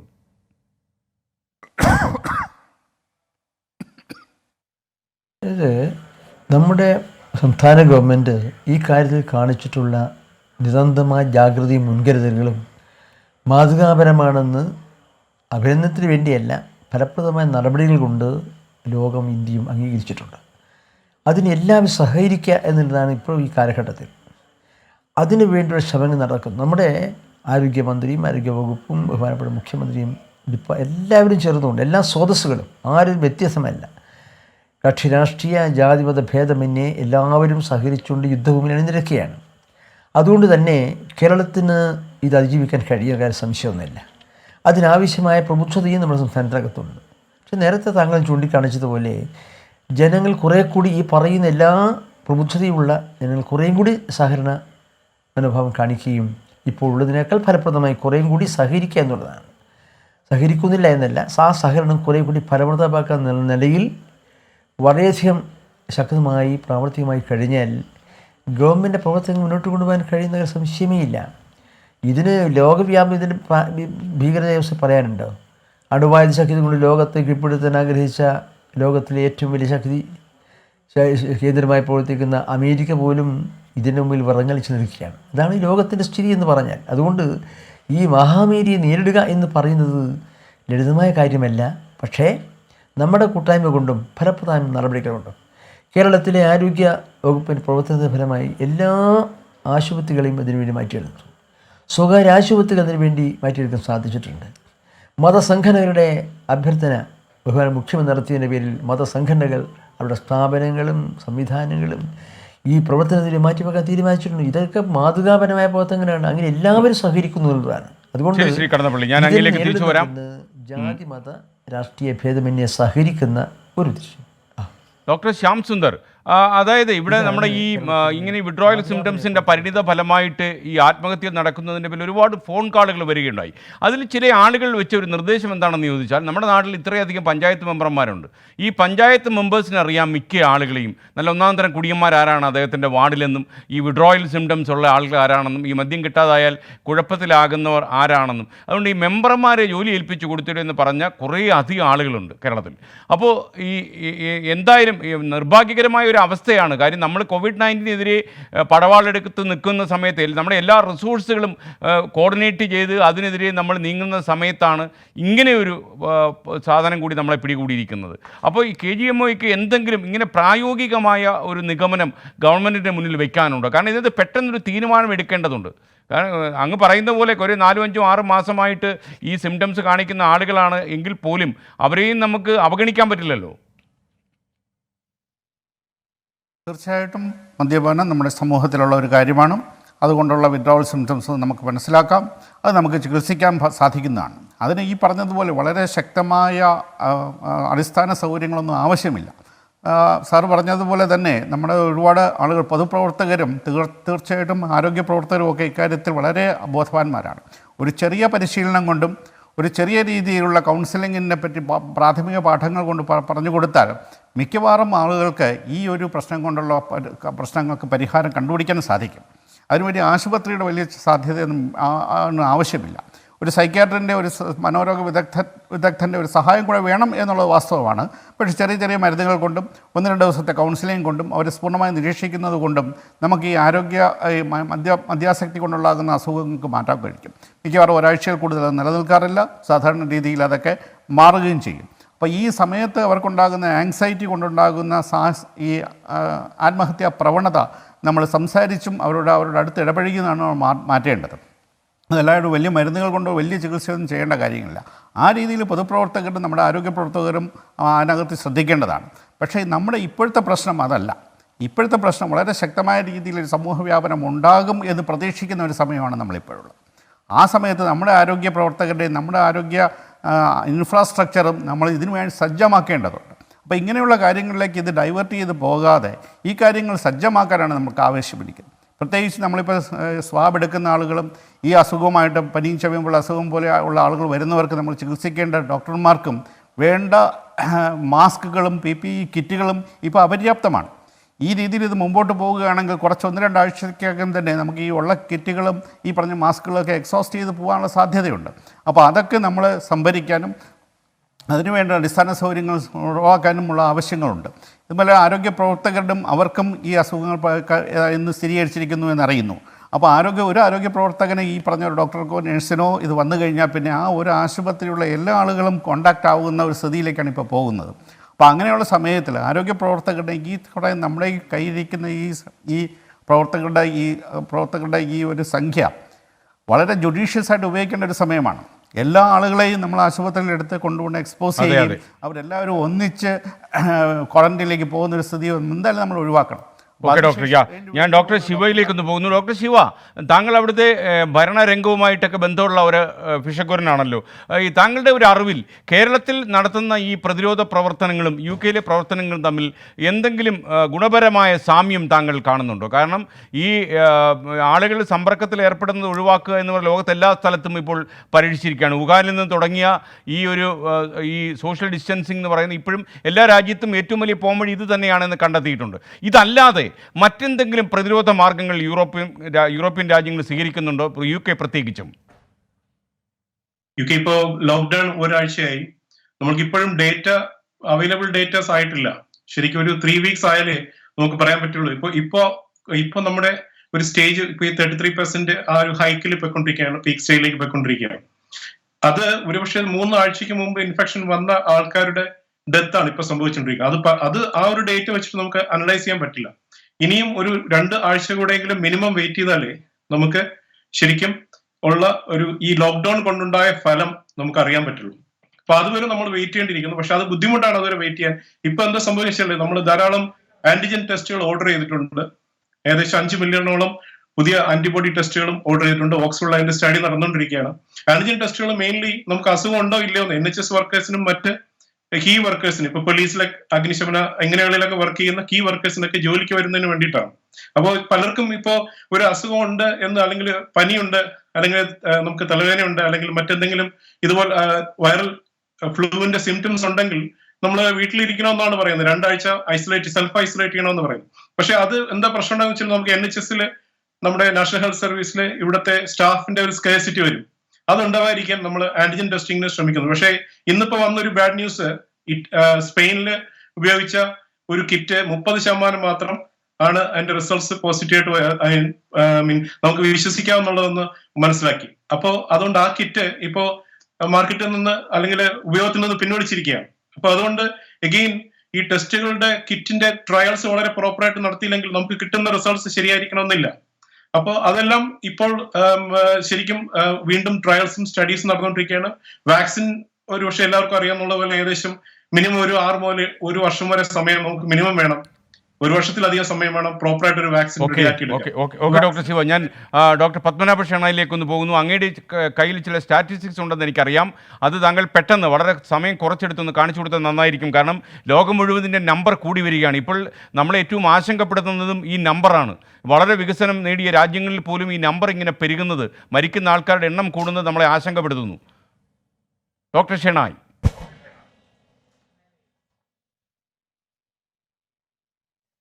ഞാനൊരു ചെറിയൊരു സ്റ്റാറ്റ്സ് ഇന്ന് ചെയ്തതാണിത്. എന്താ ഇതിൽ പ്ലോട്ട് ചെയ്തേക്കുന്നത് എന്താണെന്ന് വെച്ച് കഴിഞ്ഞാൽ എത്ര കേസുകളുണ്ട് നമുക്കറിയാം. കേരളത്തിലാണ് ഏറ്റവും കൂടുതൽ കേസ്, 202 കേസ്, 203 ഇപ്പോൾ. മഹാരാഷ്ട്ര 193. അങ്ങനെ താഴത്തോട്ട് വന്നിട്ട് ബീഹാറാണ് വളരെ കുറവാണ്, 9 കേസുകൾ റിപ്പോർട്ട് ആയിട്ടുള്ളൂ നമുക്ക് കാണാം. അപ്പോൾ 202-ൽ നിന്ന് 9 വന്നു. അതിവിടെ നോക്കേണ്ടത് എത്ര ടെസ്റ്റ് ചെയ്തു എന്നാണ്. ടെസ്റ്റ് കണ്ടോ, 1 മില്യൺ, അതായത് 10 ലക്ഷത്തിന് എത്ര ടെസ്റ്റ് ചെയ്തു. കേരളത്തിൽ 200 പേർക്ക് ടെസ്റ്റ് ചെയ്തിട്ടുണ്ട്. അതേസമയം ബീഹാർ ചെയ്തേക്കുന്ന 10 ലക്ഷത്തിൽ ഒരാൾക്കാണ്. അപ്പോൾ ഇത് രണ്ടും നോക്ക്, ആര് കൂടുതൽ ടെസ്റ്റ് ചെയ്യുന്നോ അവിടെ അസുഖം ഡയഗ്നോസ് ചെയ്യുന്നു. അപ്പോൾ അതിൻ്റെ പ്രശ്നം എന്താണ്, ഈ ബീഹാറിലൊക്കെ നമ്മൾ 200 മടങ്ങാകുമ്പോൾ നമ്മുടെ കേസുകളുടെ എണ്ണം അതുപോലെ കൂടുമോ എന്നുള്ള ഭയം നമുക്കുണ്ട്. ഇവർ കണ്ടുപിടിക്കാത്തത് ഈ 9 കേസിലൊക്കെ നിൽക്കുന്നതിൻ്റെ അർത്ഥം എന്ന് വെച്ച് കഴിഞ്ഞാൽ അവർ ടെസ്റ്റ് ചെയ്യാത്ത കൊണ്ട് കണ്ടുപിടിക്കാത്തതാകാനുള്ള സാധ്യതയുണ്ട്. അത് എസ്പെഷ്യലി മധ്യപ്രദേശാണ് നമ്മൾ ഏറ്റവും വറി ചെയ്യുന്നത്. അവർക്ക് 30 കേസുണ്ട്. അവർ ചെയ്തേക്കുന്നത് 4 ടെസ്റ്റാണ് 1 മില്യൺ. 10 ലക്ഷം പേര് 4 പേര് ടെസ്റ്റ് ചെയ്തു. വലിയൊരു സ്റ്റേറ്റാണ് ഇന്ത്യയുടെ. അതുകൊണ്ട് അവിടെയൊക്കെ ഒരു എക്സ്പ്ലോഷൻ ഉണ്ടാകാൻ സാധ്യത. നമ്മൾ നേരത്തെ പറഞ്ഞു അവിടെയുള്ള പേഷ്യൻസ് എല്ലാവരും തന്നെ കമ്മ്യൂണിറ്റിയിൽ നിന്നാണ് കണ്ടുപിടിച്ചേക്കുന്നത്. അപ്പോൾ അവരുടെ ടെസ്റ്റിംഗ് സ്ട്രാറ്റജി മാറ്റണം. അതിനുള്ള കാരണം എന്താണെന്ന് നമുക്കറിയാം. അവിടെ ഒരു പൊളിറ്റിക്കൽ ഇൻസ്റ്റബിലിറ്റി ഉണ്ടായിരുന്നു, രാഷ്ട്രീയപരമായിട്ടുള്ള പ്രശ്നങ്ങൾ അവിടെ മധ്യപ്രദേശിൽ ഉള്ളതുകൊണ്ടായിരിക്കാം. മധ്യപ്രദേശ് ഒരു കീ ഏരിയയാണ്. അതുപോലെ തന്നെയാണ് ഗുജറാത്തിൽ 11 ടെസ്റ്റ് ചെയ്തിട്ടുള്ളൂ 10 ലക്ഷം പേരിൽ. അതിൽ 52 കേസുണ്ട്. അപ്പോൾ അതിൻ്റെ അർത്ഥം ഗുജറാത്തിലും മധ്യപ്രദേശും ഒരു വറിയിങ് ഫാക്ടറായിട്ട് ഇന്ത്യയിൽ നിൽക്കുന്നു എന്നുള്ളതാണ്. രണ്ടാമത്തെ കാര്യം, നമ്മൾ ഡെത്തിലോട്ട് നോക്കുകയാണെങ്കിൽ നമുക്കറിയാം 8 ഡെത്ത് ഉണ്ടായിട്ടുണ്ട് മഹാരാഷ്ട്രയിൽ, 5 ഡെത്ത് ഉണ്ടായിട്ട് ഗുജറാത്തിൽ. അപ്പോൾ ഈ 2 സ്ഥലങ്ങളിലാണ് ഏറ്റവും കൂടുതൽ മരണം ഉണ്ടായേക്കുന്നത്. അതേസമയം കർണാടകയിൽ 3 കൂടി ഉണ്ടായിട്ടുണ്ട്. അപ്പോൾ ഈ 3 സ്ഥലങ്ങളിൽ ഡെത്ത് റേറ്റ് ഉണ്ടായിട്ടുണ്ട്. പക്ഷേ ഡെത്ത് ഉള്ള സ്ഥലത്ത് കേരളത്തിൽ 200 ഏറ്റവും കൂടുതൽ കേസ് ഉണ്ടെങ്കിലും ഡെത്ത് ഉണ്ടായിട്ടില്ല. അപ്പോൾ ഡെത്ത് ഉണ്ടാകുന്നതിൻ്റെ ഒരു കാര്യം എന്ന് വെച്ച് കഴിഞ്ഞാൽ പലപ്പോഴും വലിയ വലിയ രാജ്യങ്ങളിൽ നമ്മൾ കണ്ടേക്കുന്നത് ഇനിഷ്യൽ പാർട്ട് ഓഫ് എപ്പിഡമിക്, അതായത് അസുഖം തുടങ്ങി ആദ്യത്തെ 2 ആഴ്ചകളിൽ മരണനിരക്ക് 2%. ഈ മരണനിരക്ക് 2% പറയുമ്പോൾ ഈ 8 പേര് മരിക്കണമെങ്കിൽ 400 പേർക്ക് അസുഖം കാണണം. അതുപോലെ തന്നെ ഗുജറാത്തിലാണ് 5 പേർക്ക് മരിക്കണമെങ്കിൽ 250 പേർക്കെങ്കിലും അസുഖമുണ്ടെങ്കിലേ 5 പേര് മരിക്കൂ. അതുപോലെ തന്നെയാണ്. അപ്പോൾ അതിൻ്റെ അർത്ഥം എന്താണ്, ഗുജറാത്തിലും മഹാരാഷ്ട്രയിലും കൂടുതൽ ടെസ്റ്റുകൾ ചെയ്യുമ്പോൾ അവരിപ്പോൾ ചെയ്തേക്കുന്ന ടെസ്റ്റ് 30ഉം 11ഉം ഒക്കെയാണ്. അത് 200-ലോട്ടും 300-ലോട്ടും വരുമ്പോൾ കേസുകളുടെ ഒരു എക്സ്പ്ലോഷൻ ഉണ്ടാകാനുള്ള സാധ്യതയുണ്ട് എന്നുള്ളതാണ് പറയുന്നത്. പക്ഷേ ഇതിൽ assumptions can be wrong, always assumptions wrong ആകാം. പക്ഷേ കൂടുതൽ മരണം സംഭവിക്കുന്നതുകൊണ്ട് അവിടെ കേസുകൾ കണ്ടുപിടിക്കാതെ കമ്മ്യൂണിറ്റിയിൽ ഉണ്ടാകാനുള്ള സാധ്യത വളരെ വളരെ കൂടുതലാണ്. സമൂഹത്തിൽ ഉണ്ടാകാനുള്ള സാധ്യത വളരെ കൂടുതലാണ്. ഈ പറഞ്ഞതിൻ്റെ അർത്ഥം വേറൊന്നുമില്ല, കൂടുതൽ ടെസ്റ്റുകൾ ചെയ്യണം. 2, ഗുജറാത്തിലും മഹാരാഷ്ട്രയിലും ഒരു ഇന്ത്യയുടെ ഒരു ഇപ്പം അമേരിക്ക പറയുമ്പോൾ ന്യൂയോർക്കാണ് എപ്പി സെൻ്ററായിട്ട് വരുന്നത്. അപ്പോൾ കേരളത്തിനേക്കാളും കൂടുതൽ കേസുകൾ അടുത്ത ദിവസങ്ങളിൽ അവിടെ ഉണ്ടാകാനുള്ള സാധ്യത ഉണ്ട് എന്നുള്ളതാണ് ഇതിൻ്റെ അർത്ഥം. ഡോക്ടർ മനസ്സിലായി. ഡോക്ടറുടെ കണക്ക് ഞങ്ങളെ കൂടുതൽ ആശങ്കപ്പെടുത്തുന്നു എന്നുള്ളതാണ് സത്യം. ഡോക്ടർ മുനീർ, അതായത് പലപ്പോഴും പൊതുപ്രവർത്തകർക്ക് പോലും അവർക്ക് ഇറങ്ങി നടക്കാൻ പറ്റാത്തൊരു സാഹചര്യം ഇങ്ങനെ പല സ്ഥലത്തും ഉണ്ടായിക്കൊണ്ടിരിക്കുകയാണ്. കാരണം ആർക്കാണ് രോഗബാധയുള്ളത്, ആരാണ് ഇതിൻ്റെ ഒരു കാരിയറായി മാറുന്നത് എന്നൊന്നും അറിയാൻ കഴിയുന്നില്ല. വ്യക്തിപരമായി ഡോക്ടർ മുനീർ എന്തൊക്കെ മുൻകരുതലുകൾ സ്വീകരിച്ചിട്ടുണ്ട്?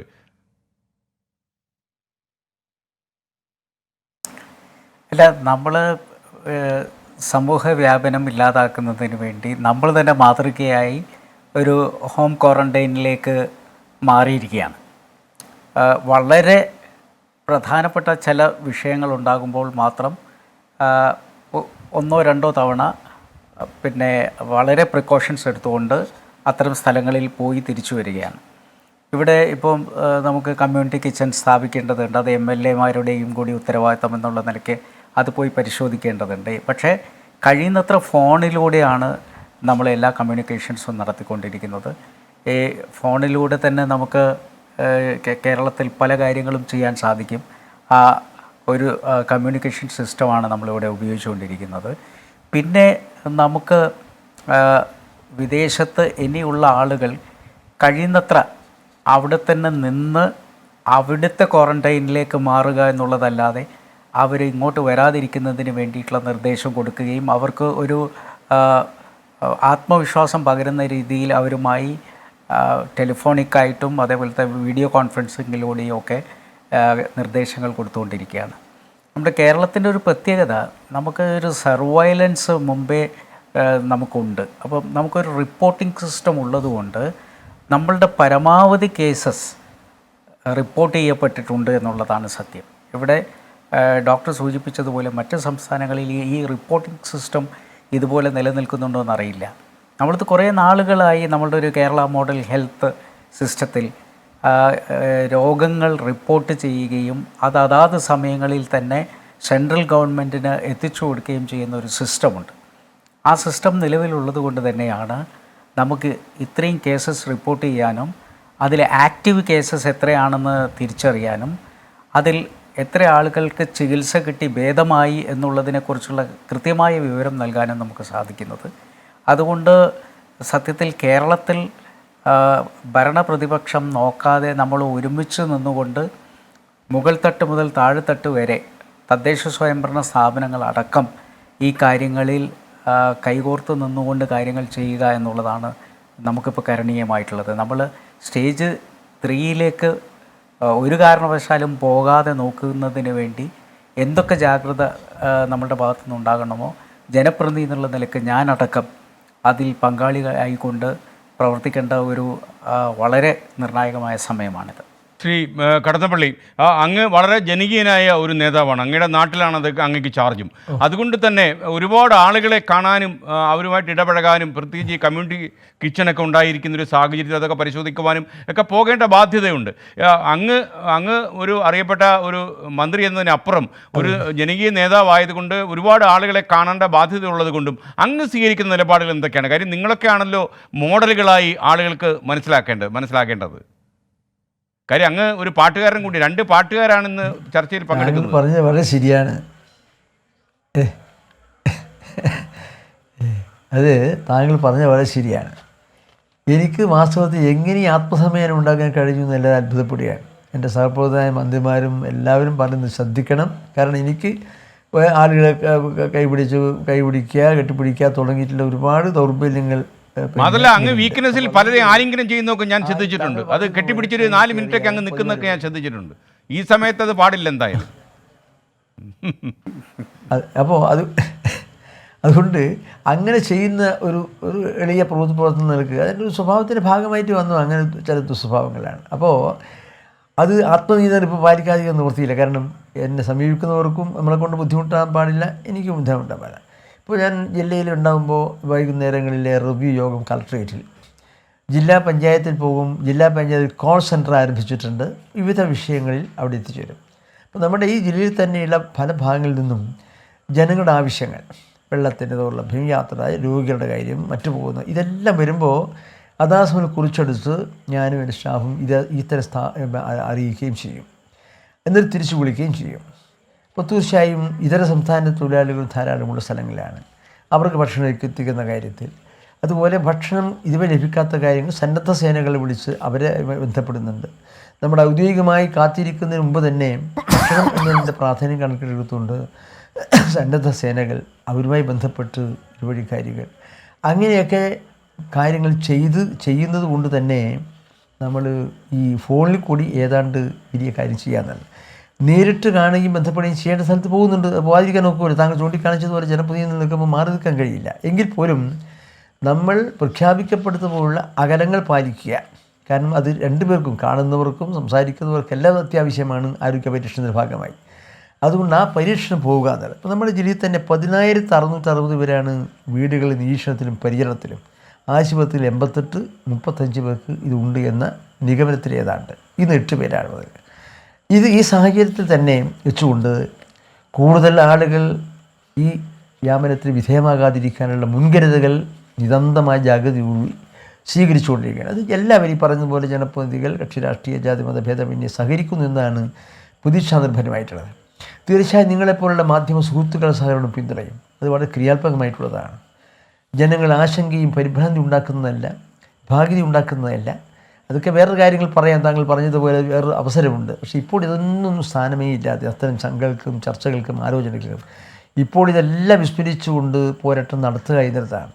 അതുകൊണ്ട് തന്നെ ഈ ജനപ്രതിനിധികളും ഓരോരാളുടെ സ്വഭാവങ്ങളിലും വ്യതിയാനം വരുത്താതെ നിവർത്തിയില്ല. ഞാൻ നേരത്തെ പറഞ്ഞതുപോലെ ആത്മഹത്യനം പാലിക്കുകയാണ്. എന്നാലും അറിയാതെ കൈ നീട്ടി പോവുകയൊക്കെ ചെയ്യുന്നുണ്ട്. എങ്കിലും അത് ശ്രദ്ധിക്കുന്നു എന്നുള്ളതാണ് ഇത് സാഹചര്യം. അതുകൊണ്ട് ഡോക്ടർ ശ്യാം സുന്ദർ, ഞാൻ അങ്ങയിലേക്കൊന്ന് വരട്ടെ. ഡോക്ടർ ശ്യാം സുന്ദർ, ഇപ്പോൾ താങ്കൾ 1-2 തവണ ചുമച്ചു.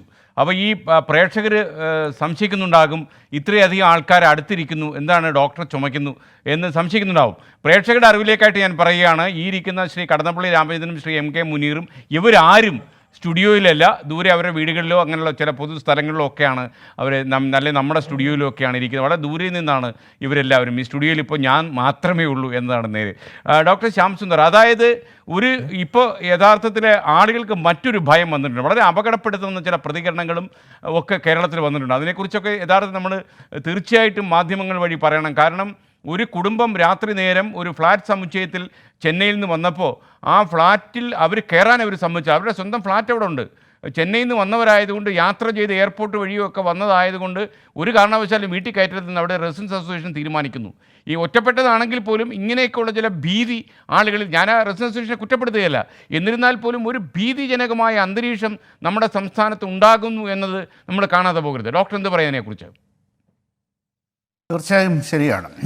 ഞാനൊരു ഫിസീഷ്യനാണ്. എല്ലാ ദിവസവും ഈ പറഞ്ഞ രോഗികളെ പരിശോധിക്കുന്ന ഒരു ഡോക്ടറാണ് ഞാൻ. നമുക്ക് പറയുന്ന ആരോഗ്യ പ്രവർത്തകർക്ക് വേണ്ട ഒരു പ്രൊട്ടക്ഷൻ തീർച്ചയായിട്ടും ഗവൺമെൻറ്റും സമൂഹവും കൊടുക്കേണ്ടതാണ്. ഞങ്ങളുടെ ആശുപത്രിയിൽ തന്നെ പല ആളുകൾക്കും, ആരോഗ്യ പ്രവർത്തകർക്കും അവർക്ക് തിരിച്ച് വീട്ടിൽ പോകാൻ പറ്റാത്തൊരു സ്ഥിതിയാണുള്ളത്. കാരണം ഈ കോവിഡുമായിട്ട് കൊണ്ട് സ്വാബ് എടുക്കുകയും അതുപോലെ ചെയ്യുന്ന പല സിസ്റ്റർമാർക്കും മറ്റുള്ള അനുബന്ധ പ്രവർത്തകർക്കും തിരിച്ച് വീട്ടിൽ പോകാൻ സാധിക്കുകയില്ല. കാരണം അവരുടെ മക്കളും അവരുടെ ഫാമിലിയും ഉണ്ട്. മാത്രമല്ല പലരും ഫ്ലാറ്റിൽ താമസിക്കുന്നതുകൊണ്ടാണ് തിരിച്ചവർക്ക് പോകാൻ പറ്റാത്തൊരു സ്ഥിതി ഇന്നുണ്ട്. സമൂഹത്തിൽ നിന്നുള്ളൊരു സപ്പോർട്ട് നമുക്ക് തീർച്ചയായിട്ടും ഞങ്ങൾ പ്രതീക്ഷിക്കുകയാണ്. പക്ഷെ അത് അങ്ങനെ ഉണ്ടാകുന്നില്ല എന്നുള്ളത് വളരെ ദുഃഖകരമായൊരു കാര്യമാണ്. തീർച്ചയായിട്ടും ആരോഗ്യ പ്രവർത്തകർ മാത്രമല്ല, റോഡിൽ പ്രവർത്തിക്കുന്ന പോലീസുകാരും മറ്റുള്ള അവശ്യ സർവീസ് നടക്കുന്ന ആളുകളെല്ലാം ഈ പറഞ്ഞ ഈ പൊതുജനങ്ങളോട് വളരെയധികം കോണ്ടാക്റ്റ് നടക്കുന്ന ആളുകളാണ്. ഇവർക്കെല്ലാം ഞങ്ങളുടെ ജോലിയുടെ ഭാഗമായിട്ട് തന്നെയാണ് ഈ എക്സ്പോഷർ വരുന്നത്. അത് തീർച്ചയായിട്ടും അതിനുള്ള പ്രൊട്ടക്ഷൻ ഉണ്ടാവണം. ആവശ്യത്തിലുള്ള മാസ്കും PPE കിറ്റുകളൊക്കെ ഉണ്ടാവണം. മാത്രമല്ല ഇപ്പോൾ ഈ സമയത്ത് ആ രോഗികളെ നമ്മുടെ ആശുപത്രികളിലേക്ക് വിളിച്ചു വരുത്തുന്ന ഒരു സമീപനം തീർച്ചയായിട്ടും പാടില്ല. ചെറിയ ചെറിയ അസുഖങ്ങളും മറ്റുള്ള നിലവിലുള്ള അസുഖങ്ങൾ തീർച്ചയായും ആശുപത്രിയിലോട്ട് വരാതെ ടെലിമെഡിസിൻ സംവിധാനം പോലെയുള്ള സംവിധാനങ്ങൾ കൊണ്ട് ആളുകളെ കോണ്ടാക്ട് ചെയ്യാനുള്ള സൗകര്യങ്ങൾ നമ്മൾ ഉണ്ടാക്കേണ്ടതാണ്. തീർച്ചയായിട്ടും ഈ പനി, ജലദോഷം പോലുള്ള അസുഖങ്ങൾ വന്ന ആശുപത്രി വരേണ്ടി വരും. അത് ചിലപ്പോൾ ട്രേസ് ചെയ്ത് സ്വാബ് എടുത്ത് നോക്കേണ്ടി വരും. അങ്ങനെയുള്ള ആളുകളെ മാത്രം ആശുപത്രിയിലേക്ക് ക്ഷണിക്കുന്ന ഒരു സ്ഥിതിയിലേക്ക് നമ്മൾ എത്തണം. ഈ സമയത്ത് നമ്മുടെ OP ടൈമുകൾ 6 മണി വരെ കൂട്ടിയത് ഇങ്ങനെ ജനങ്ങളെ നമ്മുടെ സമ്പർക്കം കൂട്ടാനുള്ള ഒരു സ്ഥിതിയായിട്ട് മാത്രമേ മാറാൻ പാടുള്ളൂ. അതുകൊണ്ട് അങ്ങനെയുള്ള അസുഖങ്ങൾക്കെല്ലാം ഡോക്ടർമാരെ സമീപിക്കുന്ന ടെലിഫോൺ വഴിയോ ടെലിമെഡിസിൻ വഴിയോ മാത്രം ആക്കേണ്ട ഒരു സമയമാണ് നമ്മളിപ്പോഴും. ഈ സമയത്തുള്ള പൊതുജന സമ്പർക്കമാണ്. ഒരു രോഗി ഇവിടെ വരികയും അവിടെയുള്ള മറ്റുള്ള രോഗികളോട് കോണ്ടാക്ട് ചെയ്യുകയും ആ ആരോഗ്യ പ്രവർത്തകരോട് കോൺടാക്ട് ചെയ്യുകയൊക്കെ ചെയ്യുമ്പോഴത്തേക്കും ഈ സമ്പർക്കം കൂടുതൽ വ്യാപനം വരാനുള്ള സാധ്യതയുണ്ട്. നമ്മുടെ ലോക്ക്ഡൗണിൻ്റെയും നമ്മുടെ ജനസമ്പർക്കത്തിൻ്റെയും പ്രധാന ഉദ്ദേശം തന്നെ ഇത് ഒഴിവാക്കുക എന്നുള്ളതാണ്. അപ്പോൾ ഈ പറഞ്ഞ പോലെ ആരോഗ്യ ഈ OP സമയങ്ങൾ കുറയ്ക്കുകയും വേണം. അതുപോലെ ടെലിമെഡിസിൻ വഴിയുള്ള കോൺടാക്റ്റുകൾ കൂട്ടുകയും വേണം. മറ്റുള്ള ആളുകളും ആരോഗ്യ പ്രവർത്തകരും അവരുടെ എല്ലാം പ്രവർത്തനങ്ങൾ വളരെ ചുരുക്കിയും ഡോക്ടർ യഥാർത്ഥത്തിൽ കേരളത്തിലെ ആരോഗ്യ പ്രവർത്തകരെയും ലോകത്തിൻ്റെ പല ഭാഗങ്ങളിലുള്ള ആരോഗ്യ പ്രവർത്തകരെക്കാളും ഒരു പടി മുന്നിലാണ് നമ്മുടെ ആരോഗ്യ പ്രവർത്തകരെ. സത്യം പറഞ്ഞാൽ അവർ കാണിക്കുന്ന ധൈര്യവും അവരുടെ സോഷ്യൽ കമ്മിറ്റ്മെൻറ്റും ആളുകൾ സല്യൂട്ട് ചെയ്യേണ്ടതാണ്. നമ്മുടെ പോലീസ് സംവിധാനം രാവിലെയൊക്കെ 8 മണിക്കൊക്കെ റോഡിലിറങ്ങി നിന്നാൽ പാതിരാ നേരത്തൊക്കെയാണ് പല പോലീസുകാരും മടങ്ങിപ്പോകുന്നത്.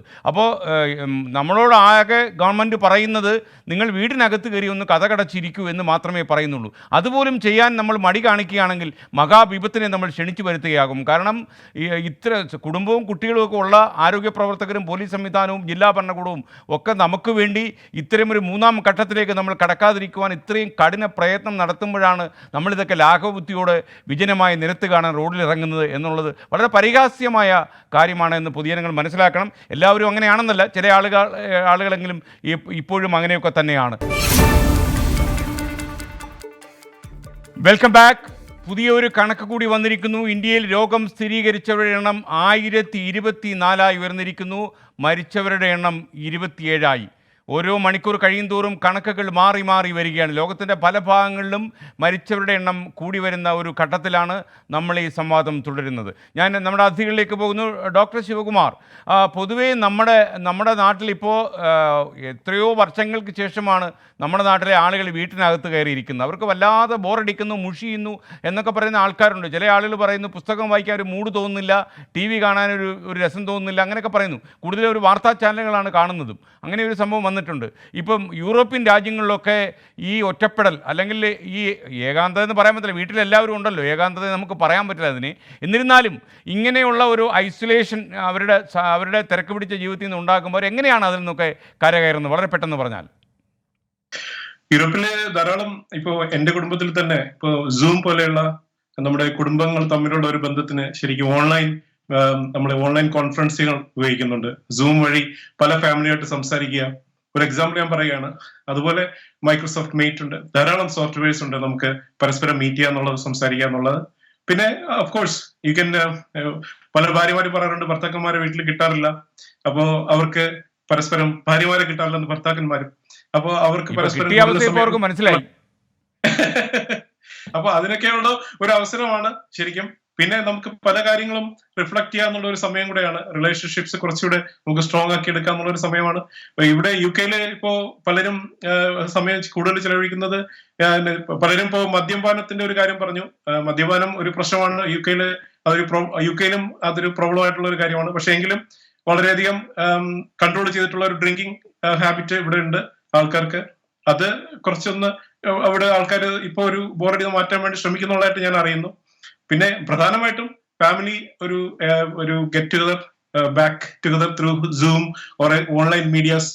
പിന്നെ ഗെയിംസ്, യങ്സ്റ്റേഴ്സ് ധാരാളം ഗെയിംസ് യൂസ് ചെയ്യുന്നുണ്ട്, കളിക്കുന്നുണ്ട്. പക്ഷെ ഇതെല്ലാം ഒരു ബോറടി ഉണ്ടാക്കുന്ന ഒരു സമയമാണ്. കാരണം ഇത് നമ്മളിപ്പോൾ ഒരാഴ്ചയായിട്ടുള്ള ഇവിടെ ലോക്ക്ഡൌൺ, ഇനിയും റിപ്പോർട്ടുകൾ വരാനിരിക്കുന്നേ ഉള്ളൂ. ഓക്കെ ശിവ, ഞാൻ ഡോക്ടർ ഷെണായി, അതായത് ഇപ്പം നമ്മുടെ നാട്ടിൽ കാര്യങ്ങളെക്കുറിച്ച് കൂടുതൽ അറിയാത്തത് കൊണ്ടും ലോകത്തിൻ്റെ പല രാജ്യങ്ങളിലും, ഇറ്റലിയിലും ഫ്രാൻസിലും അമേരിക്കയിലും ഈവൻ ചൈനയിലെ വുഹാനിലും ഒക്കെ നടക്കുന്നതിൻ്റെ യഥാർത്ഥ ചിത്രം ഇപ്പോഴാണ് TV ചാനലുകളൊക്കെ പുറത്തുവിട്ട് തുടങ്ങിയത്. അപ്പോൾ ഈ പുറത്തുവിട്ടതിൻ്റെ കണക്കുകളൊക്കെ കണ്ടു തുടങ്ങിയപ്പോൾ, പ്രത്യേകിച്ച് ഗൾഫ് നാടുകളിലും ഒക്കെ തന്നെ ഇതിൻ്റെ ബാധ അതിശക്തമായി പടരുന്നു എന്ന് അറിഞ്ഞു തുടങ്ങിയപ്പോഴാണ് നമ്മുടെ ആളുകളിൽ ഈ ഭീതി പടരാൻ തുടങ്ങിയത്. അപ്പോൾ അവർ ശരിക്കും ഭയക്കുന്നുണ്ട്. പക്ഷേ ഈ ഭയം ഒരു ലെവല് കൂടിക്കഴിഞ്ഞാലുള്ള അപകടം കേരളത്തിൽ ഒരു പ്രതിഫലിച്ച് തുടങ്ങിയോ എന്നൊരു സംശയം. ഡോക്ടർ ഷെണായിയുടെ ഒരു നിരീക്ഷണം ഇക്കാര്യത്തിൽ എങ്ങനെയാണ്? അല്ല, ഭയക്കേണ്ട കാര്യമില്ല, ജാഗ്രതയാണ് ആവശ്യം. പ്രശ്നം എന്ന് വെച്ച് കഴിഞ്ഞാൽ പേടിപ്പിച്ചാൽ മാത്രമേ ആൾക്കാർ വീട്ടിനകത്തിരിക്കുന്നു എന്നുള്ളത് മാറണം. ആൾക്കാർ പേടിക്കാതെ തന്നെ എന്താണ് റിയാലിറ്റി എന്താണ്? ഈ അസുഖം നമ്മൾ വീട്ടിനകത്ത് പറന്നൊന്നും വരത്തില്ല. നമ്മൾ പുറത്തു പോയി ആൾക്കാരുമായിട്ട് ഇടപഴകിയാൽ മാത്രമേ വരത്തുള്ളൂ. അപ്പോൾ വീടിനകത്തിരുന്ന് പല കാര്യങ്ങളും നമുക്ക് ചെയ്ത് തീർക്കാനുള്ളത് കാര്യങ്ങൾ ബാക്ക് ഡേറ്റഡ് ആയിട്ട് പണ്ട് സിനിമ കാണാൻ സമയം കിട്ടുന്നില്ല, എന്തൊക്കെയോ കാര്യങ്ങൾ നമുക്ക് ചെയ്യാം. അതൊക്കെ ചെയ്യുക. അത് ചെയ്ത് കഴിഞ്ഞാൽ ഒരിക്കലും ഈ അസുഖം നമ്മളെ പിടിപെടാൻ പോകുന്നില്ല. ഇറ്റലി സംഭവിച്ചൊരു രീതിയിൽ നമ്മുടെ കാര്യങ്ങൾ പോകാൻ പോകുന്നില്ല. പക്ഷേ നമ്മൾ പേടിച്ച് ആവശ്യമില്ലാത്ത അസുഖങ്ങൾ വേറെ വരുത്തി വെക്കരുത്. സത്യമാണ് പറഞ്ഞത്. ഹൈപ്പർ ആങ്ഷ്യസ് ആകുന്ന ഇഷ്ടംപോലെ ആളുകളുണ്ട്. പക്ഷേ കണക്കുകൾ അതിൻ്റെ യാഥാർത്ഥ ബോധത്തോടെ കാണുക. അല്ല, ഇറ്റലിയിൽ ഇത്രയും പേര് മരിച്ചു, ഇവിടെ മരിക്കുന്ന അതിന് അർത്ഥമില്ല. അതുകൊണ്ട് അങ്ങനെ ആയാൽ ഇവിടെ മരിക്കും. പക്ഷേ ഇറ്റലിയിലോ അമേരിക്കയിലോ പറ്റുന്ന കാര്യങ്ങൾ പോലെ അല്ല ഇവിടെ. നമ്മുടെ ഇച്ഛാശക്തിയുള്ള ഭരണകൂടമാണ്. സെൻട്രലായാലും കേരളത്തിലാണെങ്കിലും വളരെ ഇച്ഛാശക്തിയുള്ള ഭരണകൂടമാണ്. നല്ല തീരുമാനങ്ങൾ എടുക്കുന്നുണ്ട്. ഡോക്ടർ, ഇന്ന് അത്യാവശ്യം വിദ്യാഭ്യാസം ഉള്ള ഒരാൾ എന്നോട് ചോദിച്ചത്, അയാൾ പറഞ്ഞത് അരുവിക്കരയിലെങ്ങാനും ഈ അസുഖമുള്ള ഒരാൾ കുളിക്കാൻ പോയാൽ ആ വെള്ളം തൃശ്ശൂരിലെ ശുദ്ധജലത്തിൽ വിതരണം ചെയ്ത് കഴിഞ്ഞാൽ ആ വെള്ളം വഴി അസുഖം വരാൻ സാധ്യതയുണ്ടോ എന്നാണ് ചോദിച്ചത്. ഞാനൊരു മെഡിക്കൽ പ്രൊഫഷണൽ അല്ലാത്തതുകൊണ്ട് ഞാൻ പറഞ്ഞു ഞാനൊന്ന് ആലോചിച്ചിട്ട് ആരോടും ചോദിച്ചിട്ട് പറയാം. ഇങ്ങനെയൊക്കെയുള്ള ധാരണാപിശുകളുള്ള ഒരുപാട് ആളുകൾ ഇപ്പോഴും കേരളത്തിലുണ്ട്. അതെ അതെ അതെ അതെ ഇത് നമ്മൾ ഒരു ക്ലീനിങ്ങിൻ്റെ ഇത് ഒബ്സസീവ് കമ്പൽസീവ് ഡിസോർഡർ പോലെ വന്ന് വീണ്ടും വീണ്ടും ക്ലീൻ ചെയ്യുകയും വീണ്ടും വീണ്ടും പല കാര്യങ്ങളും ചെയ്യുന്ന വളരെയധികം ആളുകളുണ്ട്. അങ്ങനെയൊന്നും പോകേണ്ട കാര്യം. നമ്മുടെ കാര്യങ്ങൾ നോക്കുക. ബിയോണ്ട് എ പോയിന്റ് കേരളത്തിൽ കമ്മ്യൂണിറ്റി വ്യാപനം വന്നിട്ടില്ല എന്നുള്ളത് ഏകദേശം ഉറപ്പാണ്. നമുക്ക് 99% നമുക്ക് ഉറപ്പോടെ പറയാം കേരളത്തിൽ കമ്മ്യൂണിറ്റി വ്യാപനം വന്നിട്ടില്ല എന്നുള്ളത്. അതുകൊണ്ട് നമ്മൾ വീടിനകത്ത് കയറി വരുമെന്നുള്ളതൊന്നും പേടിക്കേണ്ട കാര്യമില്ല. നമ്മൾ ചെയ്യുന്ന കാര്യങ്ങൾ വൃത്തിയായിട്ട് ചെയ്യുക, ഗവൺമെൻറ് പറയുന്ന കാര്യങ്ങൾ അനുസരിക്കുക, ഒരു ക്വാറന്റൈൻ നന്നായിട്ട് ചെയ്യുക. ഈ കാര്യങ്ങളൊക്കെ ചെയ്ത് കഴിഞ്ഞാൽ നമുക്കിതിനെ തോൽപ്പിക്കാവുന്നേ ഉള്ളൂ. എസ്പെഷ്യലി കേരളത്തിൽ വളരെ നല്ല രീതിയിൽ, ഞാൻ നേരത്തെ കണക്കുകൾ കാണിച്ചു, കേരളത്തിൽ കൂടുതൽ കേസുകളുണ്ടെങ്കിലും ഏറ്റവും കൂടുതൽ ടെസ്റ്റ് ചെയ്തുകൊണ്ടാണ് മാത്രമാണ് ഇത്രയും കൂടുതൽ കേസുകൾ. അല്ലാതെ കേരളത്തിൽ കമ്മ്യൂണിറ്റി വ്യാപനം ഉള്ളതുകൊണ്ട് നമ്മളെക്കാളും മോശമാണ് ബാക്കി സംസ്ഥാനങ്ങൾ. അത് നല്ലതാണെന്നല്ല ഞാൻ പറയുന്നത്. പക്ഷേ നമ്മൾ സേഫസ്റ്റ് ഹാൻഡിലാണ് അറ്റ് ദിസ് മൊമെൻറ്റ്. വേൾഡിൽ തന്നെയാണെങ്കിലും ബാക്കി രാജ്യങ്ങൾ, ഇപ്പോൾ ട്രംപിൻ്റെയും ബോറിസ് ജോൺസന്റെ തീരുമാനങ്ങൾ വെച്ച് നോക്കുമ്പോൾ മോഡിയുടെയും പിണറായി വിജയൻ്റെയും തീരുമാനങ്ങൾ വളരെ നല്ലതാണ്. ഡോക്ടർ ഷെണായി, ഇപ്പോൾ റവന്യൂ വകുപ്പ് മന്ത്രി ഇ ചന്ദ്രശേഖരൻ ടെലിഫോൺ ലൈനിലുണ്ട്. ഞാൻ അദ്ദേഹത്തിൻ്റെ അടുത്തേക്കൊന്ന് ടെലിഫോണിൽ ചേരുകയാണ്. ശ്രീ ഇ ചന്ദ്രശേഖരൻ, അതായത് കണ്ണൂർ കഴിഞ്ഞാൽ കാസർഗോഡാണ് ഇന്ന് ഏറ്റവും കൂടുതൽ കേസുകൾ ഉണ്ടായിട്ടുള്ളത്. പോസിറ്റീവ് കേസുകൾ 7 ഉണ്ടായിരിക്കുന്നത്. അപ്പോൾ കാസർഗോഡ് ജില്ലയുടെ ചാർജാണല്ലോ അങ്ങയ്ക്ക്. എന്താണ് അവിടെ ആളുകളുടെ പോസിറ്റീവ് ആകുന്ന റിസൾട്ടുകളുടെ എണ്ണം നമ്മളെ ആശങ്കപ്പെടുന്ന രീതിയിൽ ആണ് വരുന്നത്. ഇപ്പോൾ ഇന്ന് അവിടെ ഉണ്ടായ സ്ഥിതിവിശേഷം എന്താണ് അങ്ങയുടെ അഭിപ്രായത്തിൽ? ഇന്നത്തെ കാര്യത്തിൽ ഈ 20 എണ്ണം പരിശോധിച്ച് വന്നപ്പോൾ 20 എണ്ണത്തിൽ 7 എണ്ണമാണ് കാസർഗോഡ് ഉള്ളത്, 8 എണ്ണം കണ്ണൂരുണ്ട് എന്നതാണ് വസ്തുത. മറ്റ് 5 ജില്ലകളിലായി ഓരോന്ന് വീതവുമാണ്. എന്നാൽ യഥാർത്ഥത്തിൽ ഏറ്റവും കൂടുതൽ ഇപ്പോൾ വന്നിട്ടുള്ളത് കാസർഗോഡ് ജില്ലയിലാണ്. പോസിറ്റീവായിട്ടുള്ള നമ്മുടെ COVID-19 സ്ഥിരീകരിക്കപ്പെട്ടവരുടെ എണ്ണം കൂടുതൽ അവിടെയാണ്. ഏറ്റവും കൂടുതൽ ആളുകൾ ഗൾഫ് നാടുകളിൽ നിന്നും ബോംബെയിൽ നിന്നുമൊക്കെ വന്ന് കൂടുതൽ ആളുകൾ ഇപ്പോൾ നാട്ടിൽ എത്തിക്കഴിഞ്ഞിരിക്കുന്ന ഒരവസ്ഥയിലാണ് ഉള്ളത്. പക്ഷെ ഇതൊക്കെ പരിശോധിച്ചപ്പോൾ ഇന്ന് മനസ്സിലാക്കിയിട്ടുള്ളൊരു കാര്യം, ഇവിടെ സംസ്ഥാന തലത്തിലുള്ള പരിശോധനയിലും ഇതിന്റെ റിപ്പോർട്ടിങ്ങിലും അവലോകന യോഗത്തിലുമെല്ലാം നിരന്തരം ബന്ധപ്പെട്ടപ്പോൾ ഉള്ള ഒരു അനുഭവത്തിന്റെ അടിസ്ഥാനത്തിൽ പറയാൻ കഴിയുന്നത്, മഹാഭൂരിപക്ഷം ആളുകളും ഇപ്പോൾ ഐഡന്റിഫൈ ചെയ്തതിലെ മഹാഭൂരിപക്ഷം ആളുകളും ഗൾഫ് നാടുകളിൽ നിന്ന് വന്നവരാണ്, അല്ലെങ്കിൽ വളരെ ചുരുക്കം പേരെങ്കിലും ബോംബെയിൽ നിന്ന് ഉൾപ്പെടെ വന്നവരാണ്. അവർക്ക് നേരിട്ടുള്ള ബന്ധത്തിന്റെ അടിസ്ഥാനത്തിൽ അവരുടെ കുടുംബാംഗങ്ങൾ, അടുത്ത ബന്ധുക്കൾ ആയിട്ടുള്ള ആളുകളാണ് മറ്റു കൂടുതലായി ഇവിടെ നിന്ന് അതിന്റെ കൂട്ടത്തിൽ വന്നു ചേർന്നിട്ടുള്ളത്. അത്തരമൊരു സാഹചര്യത്തിൽ ആ വരവ് വന്ന് അവരത് കാണിക്കേണ്ട ജാഗ്രത കാണിക്കാത്തതിന്റെ ഫലമായിട്ടുണ്ടായ പ്രശ്നമാണ് ചില കാര്യങ്ങളിലെങ്കിലും ഉണ്ടായിട്ടുള്ളത്. പക്ഷെ പിന്നീട് വളരെ ജാഗ്രതയോടുകൂടി വരുന്ന ആളുകളെ ആദ്യമേ വീടുകളിൽ താമസിക്കുന്നതിന്, നിരീക്ഷണത്തിൽ പ്രത്യേകമായി നിർത്തുന്നതിന്, അത്യാവശ്യം വേണ്ടത് ആശുപത്രികളിൽ നിരീക്ഷിക്കുന്നതിന് വേണ്ടിയൊക്കെ മാറ്റി നിർത്തപ്പെട്ടതിന് ശേഷം അതിൽ വലിയ വ്യാപനം ഇല്ലാത്ത വിധത്തിൽ അത് കൈകാര്യം ചെയ്യാൻ കഴിഞ്ഞു എന്ന് തന്നെയാണ് ഞാൻ കരുതുന്നത്. ഇവിടെ നിങ്ങളുടെ ചർച്ചയിൽ ഞാൻ ഉടനീളെ കാണുകയായിരുന്നു. ആ ചർച്ചയിൽ വിദഗ്ധരായ ഡോക്ടർമാർ ഉൾപ്പെടെയുള്ളവരുടെ അഭിപ്രായങ്ങളും ആ അഭിപ്രായങ്ങളെ അടിസ്ഥാനപ്പെടുത്തിക്കൊണ്ടുള്ള വിലയിരുത്തലുമെല്ലാമാണ് യഥാർത്ഥത്തിൽ നമുക്കും അനുഭവപ്പെടുന്നത്. കേരളത്തെ സംബന്ധിച്ചിടത്തോളം പൊതുവിലും കാസർഗോഡ് ജില്ലയെ സംബന്ധിച്ചിടത്തോളം അത് തന്നെയാണ്. കണ്ണൂർ, കാസർഗോഡ് ജില്ലകളിൽ ഏറ്റവും കൂടുതൽ ആളുകൾ ഗൾഫ് നാടുകളിൽ നിന്ന് ഉൾപ്പെടെ വന്നു ചേർന്നിട്ടുണ്ട് എന്ന വസ്തുത ആദ്യമേ നമ്മൾ കാണേണ്ടതായിട്ടുണ്ട്. അതിന്റെ ഭാഗമായി വന്നിട്ടുള്ള എണ്ണത്തിന്റെ വർധനവാണ് ഉണ്ടായിക്കൊണ്ടിരിക്കുന്നത്. അത് പരമാവധി ആ നിരീക്ഷണത്തിലിരിക്കുന്ന ആളുകളുടെ വിദഗ്ധരായ ഡോക്ടർമാരൊക്കെ ഇപ്പോൾ നേരത്തെ ചൂണ്ടിക്കാണിച്ചല്ലോ, ഇപ്പോൾ ഏതാണ്ട് ലോക്ക്ഡൌൺ ആയി ഒരാഴ്ചയാകാൻ പോകുന്നു. അതിന് മുമ്പ് വന്നിട്ടുള്ള ആളുകളാണ് ഇവരിൽ പലരും. ഇപ്പൊ സമീപകാലത്ത് ഇവിടെ ആളുകൾക്ക് വരാനുള്ള സാധ്യത ഇല്ലല്ലോ. അതുകൊണ്ട് തന്നെ നേരത്തെ വന്നു ചേർന്നിട്ടുള്ളവരിൽ നിരീക്ഷണത്തിലിരിക്കുന്ന ആളുകളിൽ ഇനിയും ചിലപ്പോൾ എണ്ണം വർദ്ധിച്ചാൽ പോലും അത്ഭുതപ്പെടേണ്ട കാര്യമില്ല എന്നാണ് വ്യക്തിപരമായി കാസർഗോഡിനെ അറിയാവുന്ന എൻ്റെ ഒരു വിലയിരുത്തൽ. പക്ഷെ അങ്ങനെ വന്നാലും അതേ മഹാഭൂരിപക്ഷവും അവിടെ തന്നെ വന്നിട്ടുള്ള ആളുകളും അവരുടെ കുടുംബാംഗങ്ങളും ബന്ധുക്കളും ഏറ്റവും അടുത്ത അവർ പെരുമാറിയിട്ടുള്ള വ്യക്തികളും എന്നതിനും അപ്പുറത്ത് അത് വ്യാപിക്കാതെ അത് നിയന്ത്രിക്കാൻ കഴിഞ്ഞിട്ടുണ്ട്. നല്ല സുരക്ഷിതത്വത്തോടു കൂടിയ വലിയ ജാഗ്രതയോടു കൂടിയ സമീപനം അവിടെ അതിനെ സ്വീകരിച്ചു പോരുന്നുണ്ട്. സംസ്ഥാനത്ത് പൊതുവിൽ അത് വളരെ ഒരു എന്താണ് പറയുക, ആളുകളെ നേരത്തെ ബോധ്യപ്പെടുത്തത്തക്ക വിധത്തിൽ നടത്തിയിട്ടുള്ള സംവിധാനങ്ങളുടെ ഭാഗമായി എല്ലാ തലങ്ങളിലും ഇതിന് കാണിക്കേണ്ട ജാഗ്രത കാണിച്ചുകൊണ്ട് നിരന്തരമായി നടത്തിയ പരിശ്രമത്തിന്റെ ഒരു ഗുണഫലം സംസ്ഥാനത്തുണ്ടായിട്ടുണ്ട്. ഏറ്റവും അധികം ആളുകൾ കടന്നു വന്നിട്ടുള്ള ഈ പ്രദേശത്ത്, പ്രത്യേകിച്ച് നമ്മുടെ വടക്കൻ ജില്ലകളിൽ അതിന് എണ്ണത്തിൽ അല്പം വർധനമുണ്ടായിട്ടുണ്ട് എന്നൊരു വസ്തുതയാണ്. ശ്രീ ചന്ദ്രശേഖരൻ, ഒരു കാര്യം കൂടി ഞാൻ ചോദിക്കട്ടെ. അതായത് ഇന്നിപ്പോൾ നമ്മുടെ കർണാടക അതിർത്തിയിൽ മംഗലാപുരത്തേക്ക് ആ രോഗികളെ കൊണ്ടുപോകാൻ അവർ സമ്മതിക്കാത്ത കാരണം അവിടുത്തെ പോലീസ് സംവിധാനം തർക്കിച്ചത് കാരണം അവിടെ നിന്ന് മരണമുണ്ടായിരിക്കുന്നു. അപ്പോൾ ഈ ഒരു അതിർത്തി പ്രശ്നം, അതായത് ഈ വഴി അടച്ചിട്ടിരിക്കുന്ന കർണാടക സർക്കാരിൻ്റെ ഈ തീരുമാനത്തിൽ നിന്ന് അവർ പിന്മാറുന്നില്ല. ഇന്ന് മുഖ്യമന്ത്രി വീണ്ടും പ്രധാനമന്ത്രിക്ക് എഴുതുകയുണ്ടായി. എന്താണ് അവരിങ്ങനെ ഒരു കർക്കശമായ നിലപാടെടുത്തിരിക്കുന്നത്? പ്രത്യേകിച്ചും കാസർഗോഡിലെ ജനങ്ങൾ കൂടുതലും ആശ്രയിക്കുന്നത് മംഗലാപുരത്തെയാണ്. കാസർഗോഡ് ആശുപത്രി സംവിധാനം അതുകൊണ്ട് തന്നെ കുറവാണെന്നാണ് എൻ്റെ ഒരു വിലയിരുത്തൽ. അപ്പോൾ എന്താണ് ഈ കാര്യത്തിൽ അവരുടെ കടുംപിടുത്തം? കാസർഗോഡ് ജില്ലയിലെ പൊതുവില് കണ്ണൂർ ജില്ലയുടെ ഭാഗമായിരുന്നല്ലോ പുതുതായി ജില്ല രൂപീകരിച്ചതിന് ശേഷവും താരതമ്യേന ആശുപത്രികൾ, പ്രത്യേകിച്ച് സൂപ്പർ സ്പെഷ്യാലിറ്റി ആശുപത്രികളോ മെഡിക്കൽ കോളേജോ ഒന്നും ഇല്ലാത്ത ഒരു പ്രദേശമാണ്. ആ ഇല്ലാത്ത അവസ്ഥയിൽ അവരുടെ ഏറ്റവും അടുത്ത പ്രദേശമെന്ന നിലയ്ക്ക് ഏതാണ്ട് 50 കിലോമീറ്റർ സഞ്ചരിച്ചാൽ എത്തിച്ചേരുന്ന പ്രധാന നഗരമാണ് മംഗലാപുരം അല്ലെങ്കിൽ ബാംഗ്ലൂർ. അവിടെയാണെങ്കിൽ സൂപ്പർ സ്പെഷ്യാലിറ്റി ആശുപത്രികളും അതുപോലെ തന്നെ മെഡിക്കൽ കോളേജുകൾ നിരനിരയായി നിൽക്കുന്ന ഒരു പ്രദേശമാണ്.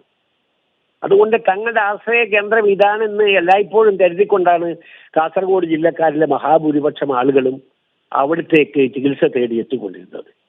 ഇപ്പോൾ വന്നിരിക്കുന്ന ഒരു ദുരവസ്ഥ, അതിൻ്റെ ഫലമായിട്ടാണ് താങ്കൾ ഇവിടെ ചൂണ്ടിക്കാണിച്ചതുപോലെ മനുഷ്യരുടെ ജീവൻ പൊലിഞ്ഞു പോകുന്ന സാഹചര്യം പോലും ഉണ്ടായത്. അവിടെ വഴിയിൽ അവിടെ തടഞ്ഞപ്പോൾ മരണമുണ്ടാകുന്നു. അവിടെ തടഞ്ഞു നിർത്തി അങ്ങോട്ട് കടന്നു പോകാൻ കഴിയാത്തത് കൊണ്ട് ഗർഭിണികൾ വഴിയിൽ അവിടെ ആംബുലൻസിൽ പ്രസവിക്കേണ്ടി വരുന്ന സാഹചര്യം ഉണ്ടാകുന്നു. ഒരു മനുഷ്യ മനസാക്ഷിയെ ജന്ധിക്കുന്ന രീതിയിലുള്ള സംഭവങ്ങൾ അതിർത്തിയിൽ ഉണ്ടായിക്കൊണ്ടിരിക്കുന്നു എന്നൊരു വസ്തുതയാണ്. അത് പരിഹരിക്കാൻ ഒരു ഗവൺമെന്റിന് സാധ്യമാവുന്നതെല്ലാം സംസ്ഥാന ഗവൺമെന്റ് കഴിഞ്ഞ ഏതാണ്ട് ഒരാഴ്ചയിലേറെ കാലമായി ഈ പറയുന്ന ലോക്ക്ഡൌൺ നിലവിൽ വരുന്നതിനെ തുടർന്നുള്ള ദിവസങ്ങൾ തൊട്ട് ആരംഭിച്ചതാണ്.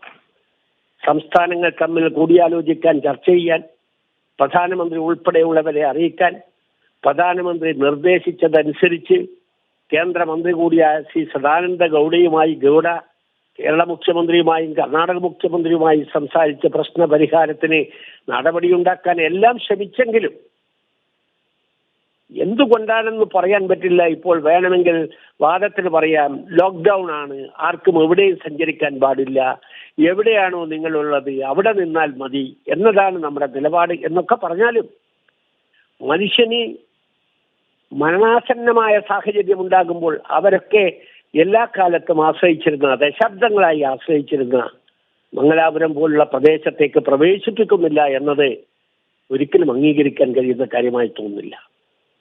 കേരളത്തിലെ ഉത്തരവാദപ്പെട്ട മെഡിക്കൽ ഓഫീസർമാർ, DMO ഉൾപ്പെടെ, ജില്ലാ കളക്ടർ, അതുപോലെ ഭരണാധികാരി എന്ന നിലയിൽ അവർ സർട്ടിഫൈ ചെയ്ത് അയക്കുന്ന ആംബുലൻസിനെ എങ്കിലും അങ്ങോട്ട് കടത്തിവിടണമെന്ന നിരന്തരമായ ആവശ്യവും അഭിപ്രായവും പ്രകടിപ്പിച്ചിട്ടും അവിടെ അതിപ്പോഴും മഞ്ഞുരുകാത്ത വിധത്തിൽ അവിടെ നിൽക്കുകയാണ്. അതൊരു ഓക്കെ, എന്തായാലും അതിനകത്തൊരു മാറ്റം ഉണ്ടാകട്ടെ എന്ന് നമുക്ക് പ്രതീക്ഷിക്കാം. പ്രത്യേകിച്ച് പ്രധാനമന്ത്രിയെ പോലെ ആരെങ്കിലും ഇടപെട്ട് ഈ പ്രശ്നത്തിനൊരു പരിഹാരം കാണുമെന്നും പ്രത്യാശിക്കാം. വളരെ നന്ദി ശ്രീ ഇ ചന്ദ്രശേഖരൻ ഈ സംവാദത്തിൽ പങ്കെടുത്തതിന്. താങ്ക് യു ഫോർ ജോയിനിങ് ഈ ലൈവ് പ്രോഗ്രാമിൽ. ഞാൻ ശ്രീ എം കെ മുനീറിലേക്ക് വരികയാണ്. ഈ താങ്കൾക്ക് അറിയും പോലെ നമ്മുടെ ഈ കലാപ്രവർത്തനവും സർഗ്ഗപ്രവർത്തനങ്ങളും എല്ലാം ഒരു നിലച്ച മട്ടാണിപ്പോൾ. കാരണം സ്റ്റേജ് പ്രോഗ്രാമോ അങ്ങനെയുള്ള സംഭവമൊന്നുമില്ല. കലാകാരന്മാരെല്ലാം ഇപ്പോൾ വീട്ടിലാണ്. അപ്പോൾ എന്നാൽ അവർക്ക് ഈ ആശങ്കപ്പെടുത്തുന്ന റിപ്പോർട്ടുകളൊക്കെ ഈ വാർത്താ ചാനലുകൾ വഴിയൊക്കെ കാണുന്നതുകൊണ്ടാകാം അവർക്ക് നല്ല പാട്ട് കേൾക്കാനോ സുഖകരമായ സൃഷ്ടികൾ കാണാനോ ഒന്നും ഒരു മാനസിക സുഖം കിട്ടും. നല്ല സിനിമകൾ പോലും കാണാൻ കഴിയാത്തൊരു സാഹചര്യമാണ്. ഇങ്ങനെ ഒരു സന്ദർഭത്തിൽ, അതായത് കേരളം എന്ന് പറയുക ഒരു സർഗ്ഗസിദ്ധിയുള്ള ആളുകളുടെ ഒരു കേന്ദ്രമായതുകൊണ്ട് തന്നെ അങ്ങനെ വീടിനുള്ളിൽ പെട്ടുപോകുന്ന കലാകാരന്മാർ, പ്രത്യേകിച്ച് വല്ലാണ്ട് മുഷിയുന്നു എന്ന് പറയുന്ന ആളുകളോട് ഒരു സർഗ്ഗസിദ്ധിയുള്ള ഒരു സർഗ്ഗധനനായ ഒരു രാഷ്ട്രീയ പ്രവർത്തകൻ എന്ന നിലയിൽ താങ്കൾ എന്ത് പറയും?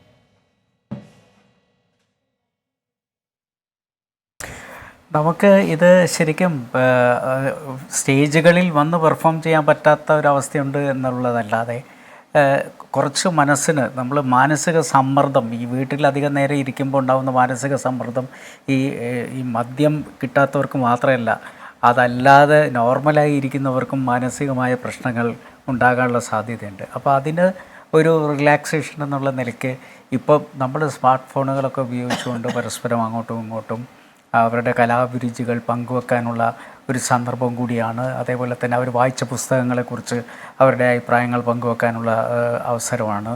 അതുപോലെ മറ്റ് കൊച്ചു കുട്ടികളുടെ നർമ്മങ്ങളും അവരുടെ കുസൃതികളും. ഡോക്ടർ മുനീർ, അറിഞ്ഞോ അറിയാതെ പല വീടുകളിൽ ഇപ്പോൾ ഒരു മരണ വീടിൻ്റെ അന്തരീക്ഷം ഉണ്ടാക്കുകയാണ്. കാരണം ഈ വാതിലൊക്കെ അടച്ചതിനകത്ത് അയൽവാസികളുമായിട്ടൊന്നും ഒരു ബന്ധം ഈ ടെലിഫോൺ വഴി പോലും ഇല്ലാതെ ആളുകൾ കയറി ഇരുന്നിട്ട് വല്ലാത്തൊരു സാഹചര്യം, എന്തോ വലിയൊരു ദുരന്തം വരാൻ പോകുന്നു, അതിനൊരു മുന്നൊരുക്കം പോലെയാണ് അവർ ഇരിക്കുന്നത്, തയ്യാറായിരിക്കുകയാണ്. അപ്പോൾ ഈ ഒരു സാഹചര്യത്തെയാണ് നമ്മൾ കടന്നു പോകേണ്ടത്. അത് ഈ പറയുന്ന നമ്മളുടെ ഈ കോവിഡിനെ മറികടക്കേണ്ട ധാരാളം കാര്യങ്ങളുണ്ട്. ഒന്ന് നമ്മൾ നല്ലോണം വൈറ്റമിൻ സി പോലെയുള്ള നാരങ്ങയോ അല്ലെങ്കിൽ ചെറുനാരങ്ങ വെള്ളമോ ഒക്കെ കുടിക്കേണ്ട ഒരു അവസ്ഥ ഉള്ള സമയമാണ്. ഇതുപോലെ തന്നെ നമ്മുടെ മനസ്സിനും ഒരു ഓപ്പണിംഗ് ആവശ്യമായൊരു സമയമാണ്. അതുകൊണ്ട് ഈ സമയത്തെ പരമാവധി റിലാക്സ് ചെയ്യാൻ വേണ്ടി ഉപയോഗിക്കണം എന്നുള്ളതാണ് എനിക്ക് പറയാനുള്ളത്. ഒരു കലാകാരൻ എന്നുള്ള നിലക്ക് മാത്രമല്ല, ഒരു ഭിഷഗ്വരൻ എന്നുള്ള നിലക്കും നമ്മൾ മാനസിക പിരിമുറുക്കങ്ങളിൽ നിന്നൊരു റിലാക്സേഷന് വേണ്ടി കിട്ടുന്ന അവസരങ്ങൾ നമ്മൾ ഉപയോഗപ്പെടുത്തണം. അത് സർഗാത്മകമായ ഇടപെടലുകളും പരസ്പരമുള്ള ബന്ധപ്പെടലുകളുമാണ് ഇതിനാവശ്യമായിട്ടുള്ളത്. അതിന് നമ്മളുടെ കലയെക്കുറിച്ചും അത് നമ്മുടെ വായനയെക്കുറിച്ചും ഒക്കെ നമ്മളുടെ അനുഭവങ്ങൾ പങ്കുവെക്കാനുള്ളൊരു സമയം കൂടിയാണത്. ഞാൻ ശ്രീ കടന്നപ്പള്ളിയിലേക്ക് ഒന്ന് വരികയാണ്. അങ്ങ് ഈയിടയ്ക്കും അദ്ദേഹം സ്റ്റേജിൽ നിന്ന് കുറി വരച്ചാലെന്നുള്ള പാട്ട് പാടുന്നത് കേട്ടു. വളരെ അദ്ദേഹത്തിൻ്റെ ഈ പാട്ട് യഥാർത്ഥത്തിലൊരു സിനിമാഗാനം പോലെ ഇപ്പോൾ പ്രശസ്തമായിട്ടുണ്ട്. എം ഡി രാജേന്ദ്രനോട് ഞാൻ പറഞ്ഞു, ശ്രീ കടന്നപ്പള്ളി രാമചന്ദ്രൻ ഈ പാട്ട് വളരെ പ്രശസ്തമാക്കിക്കൊണ്ടിരിക്കുകയാണെന്ന്. അപ്പം അങ്ങയ്ക്ക് യഥാർത്ഥത്തിൽ ഈ വീടിൻ്റെ ഉള്ളിലൊക്കെ ഇരിക്കുന്ന സമയത്ത് ഒന്ന് പാടുകയോ തൻ്റെ സർഗ്ഗപ്രവർത്തനത്തിന് പറ്റിയ അന്തരീക്ഷം ഉണ്ടെങ്കിൽ ആ രീതിയിൽ പ്രയത്നിക്കുകയൊക്കെ ചെയ്യാൻ മലയാളിക്ക് ഈ സംവാദം വഴി കൂടി കഴിയട്ടെ. കാരണം സംവാദം എന്ന് കേട്ട് കഴിഞ്ഞാൽ വളരെ സീരിയസ് ആവും. നിങ്ങൾ രണ്ടുപേരും ഈ ചർച്ചയിൽ പങ്കെടുക്കുന്നു എന്ന് പറഞ്ഞപ്പോൾ ഞാൻ നമ്മുടെ നിലയാംഗത്തിനോട് പറഞ്ഞു, നമുക്ക് ഇവരെ രണ്ടുപേരെ കൊണ്ട് അവസാനം ഒന്ന് പാടിച്ചു വിട്ടാലോ, ആളുകൾ ഇത്രയും ടെൻഷൻ സഹിച്ച് വീട്ടിനുള്ളിൽ കയറിയിരിക്കേണ്ട കാര്യമുണ്ടോ എന്ന് ചോദിച്ചപ്പം അറിയാതെ എതിരെ നിന്ന് നമ്മുടെ പ്രവർത്തകൻ ചോദിച്ചത് പാട്ടോ എന്നാ ചോദിച്ച കാര്യം. പാട്ടോന്നൊരു 10 എക്സ്ക്ലമേഷൻ ഇട്ടാ ചോദിച്ചത്. കാരണം ഇങ്ങനെ ഒരു സംവാദത്തിൽ ഒരു പാട്ട് പാടുക എന്ന് പറയുന്നത് എന്തോ അസ്വസ്ഥത നിറഞ്ഞൊരു കാര്യമായിട്ട് പോലും കാണുന്ന ഒരു അവസ്ഥയുണ്ടായിരുന്നു. നമ്മുടെ ആളുടെ കുഴപ്പമല്ല, അന്ന് അത്തരമൊരു ആശങ്കയുടെ സാഹചര്യമുണ്ട്. പക്ഷേ ഇതിൻ്റെ പിരി നമുക്കൊന്ന് അയച്ചേ പറ്റൂ. അതിനെക്കുറിച്ച് എന്താണ് ശ്രീ കടന്നപ്പള്ളിക്ക് പറയാനുള്ളത്? താങ്കൾ ചൂണ്ടിക്കാണിച്ചതുപോലെ സംഗീതത്തിനും കലയ്ക്കും സാഹിത്യത്തിനുമൊക്കെ ചെയ്യാൻ കഴിയാത്തതൊന്നുമില്ല. സംഗീതം പ്രകൃതിയുടെ പ്രപഞ്ചത്തിൻ്റെ നാദവിസ്മയമാണ്.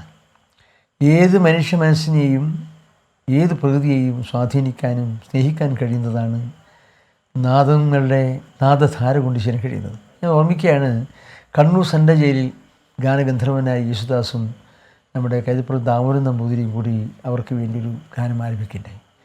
പല തലമുറകളും കരയുന്നത് കാണാൻ കഴിയും, റിപ്പോർട്ട് ചെയ്യപ്പെട്ടതാണ്. ക്യാൻസർ രോഗികളുടെ അവർ ജീവിതം അവസാനിപ്പിക്കും, ജീവിതം ഇനി ഇല്ല എന്ന് വിശ്വസിക്കുന്നവർ ഇനി ജീവിക്കണം എന്ന് തോന്നുന്ന ഒരു ആത്മവിശ്വാസം നൽകാൻ കഴിയുമെന്നാണ്.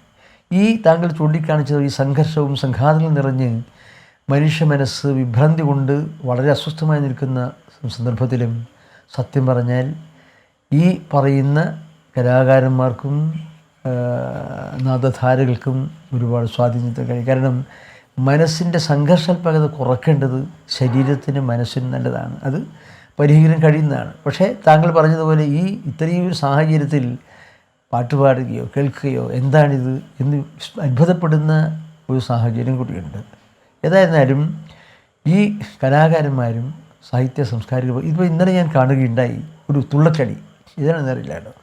ആ തുള്ളക്കളിയിൽ ആവിഷ്കരിച്ചത് ഈ പറയുന്ന ഈ മുഴുവൻ കൊറോണയും COVID-19 എത്ര മനോഹരമായിട്ടാണെന്നറിയോ.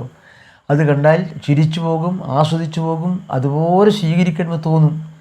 ഇന്നലെ ഞാൻ കണ്ടത് രാത്രി, ഏത് ചാനലാണെന്ന് എനിക്കറിയില്ല, കണ്ടു.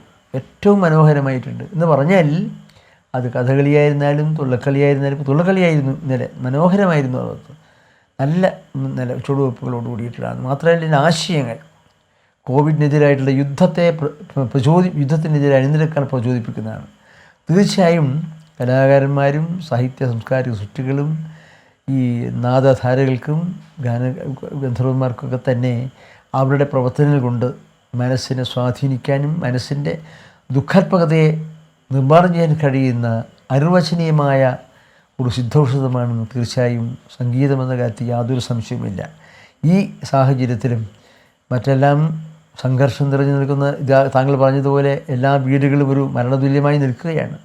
ആ സന്ദർഭത്തിലും ആ വീടുകളൊക്കെ തന്നെ ഒരു പുനർജനയുടെ ശംഖനാദവുമായി ഈ സാംസ്കാരിക സാഹിത്യ സംഗീതത്തിന് കടന്നു വരാൻ കഴിയുമെന്ന് തന്നെയാണ് എൻ്റെ വിനീതമായ വിശ്വാസം. ശ്രീ കടന്നപ്പള്ളി, ഞാൻ ഡോക്ടർ ശ്യാം സുന്ദറിലേക്ക് വരുന്നു. ഡോക്ടർ, അതായത് നമ്മളെ സംബന്ധിച്ചിടത്തോളം ഇതൊരു നമ്മൾ കേരളം പൂട്ടിയിട്ടിട്ട് ഏതാണ്ട് ഒരാഴ്ചയാകാൻ പോകുന്നു. അപ്പോൾ നമ്മളെല്ലാം മുൻകരുതൽ, ഇപ്പോൾ കൈ സാനിറ്റൈസ് ചെയ്യുക, അതുപോലെ തന്നെ മുൻകരുതൽ സ്വീകരിക്കുക, ആളുകളിൽ നിന്ന് അകന്നു മാറുക, കുറേ അധികം ആൾക്കാർ അതിനൊക്കെ ചെയ്യുന്നുണ്ട്.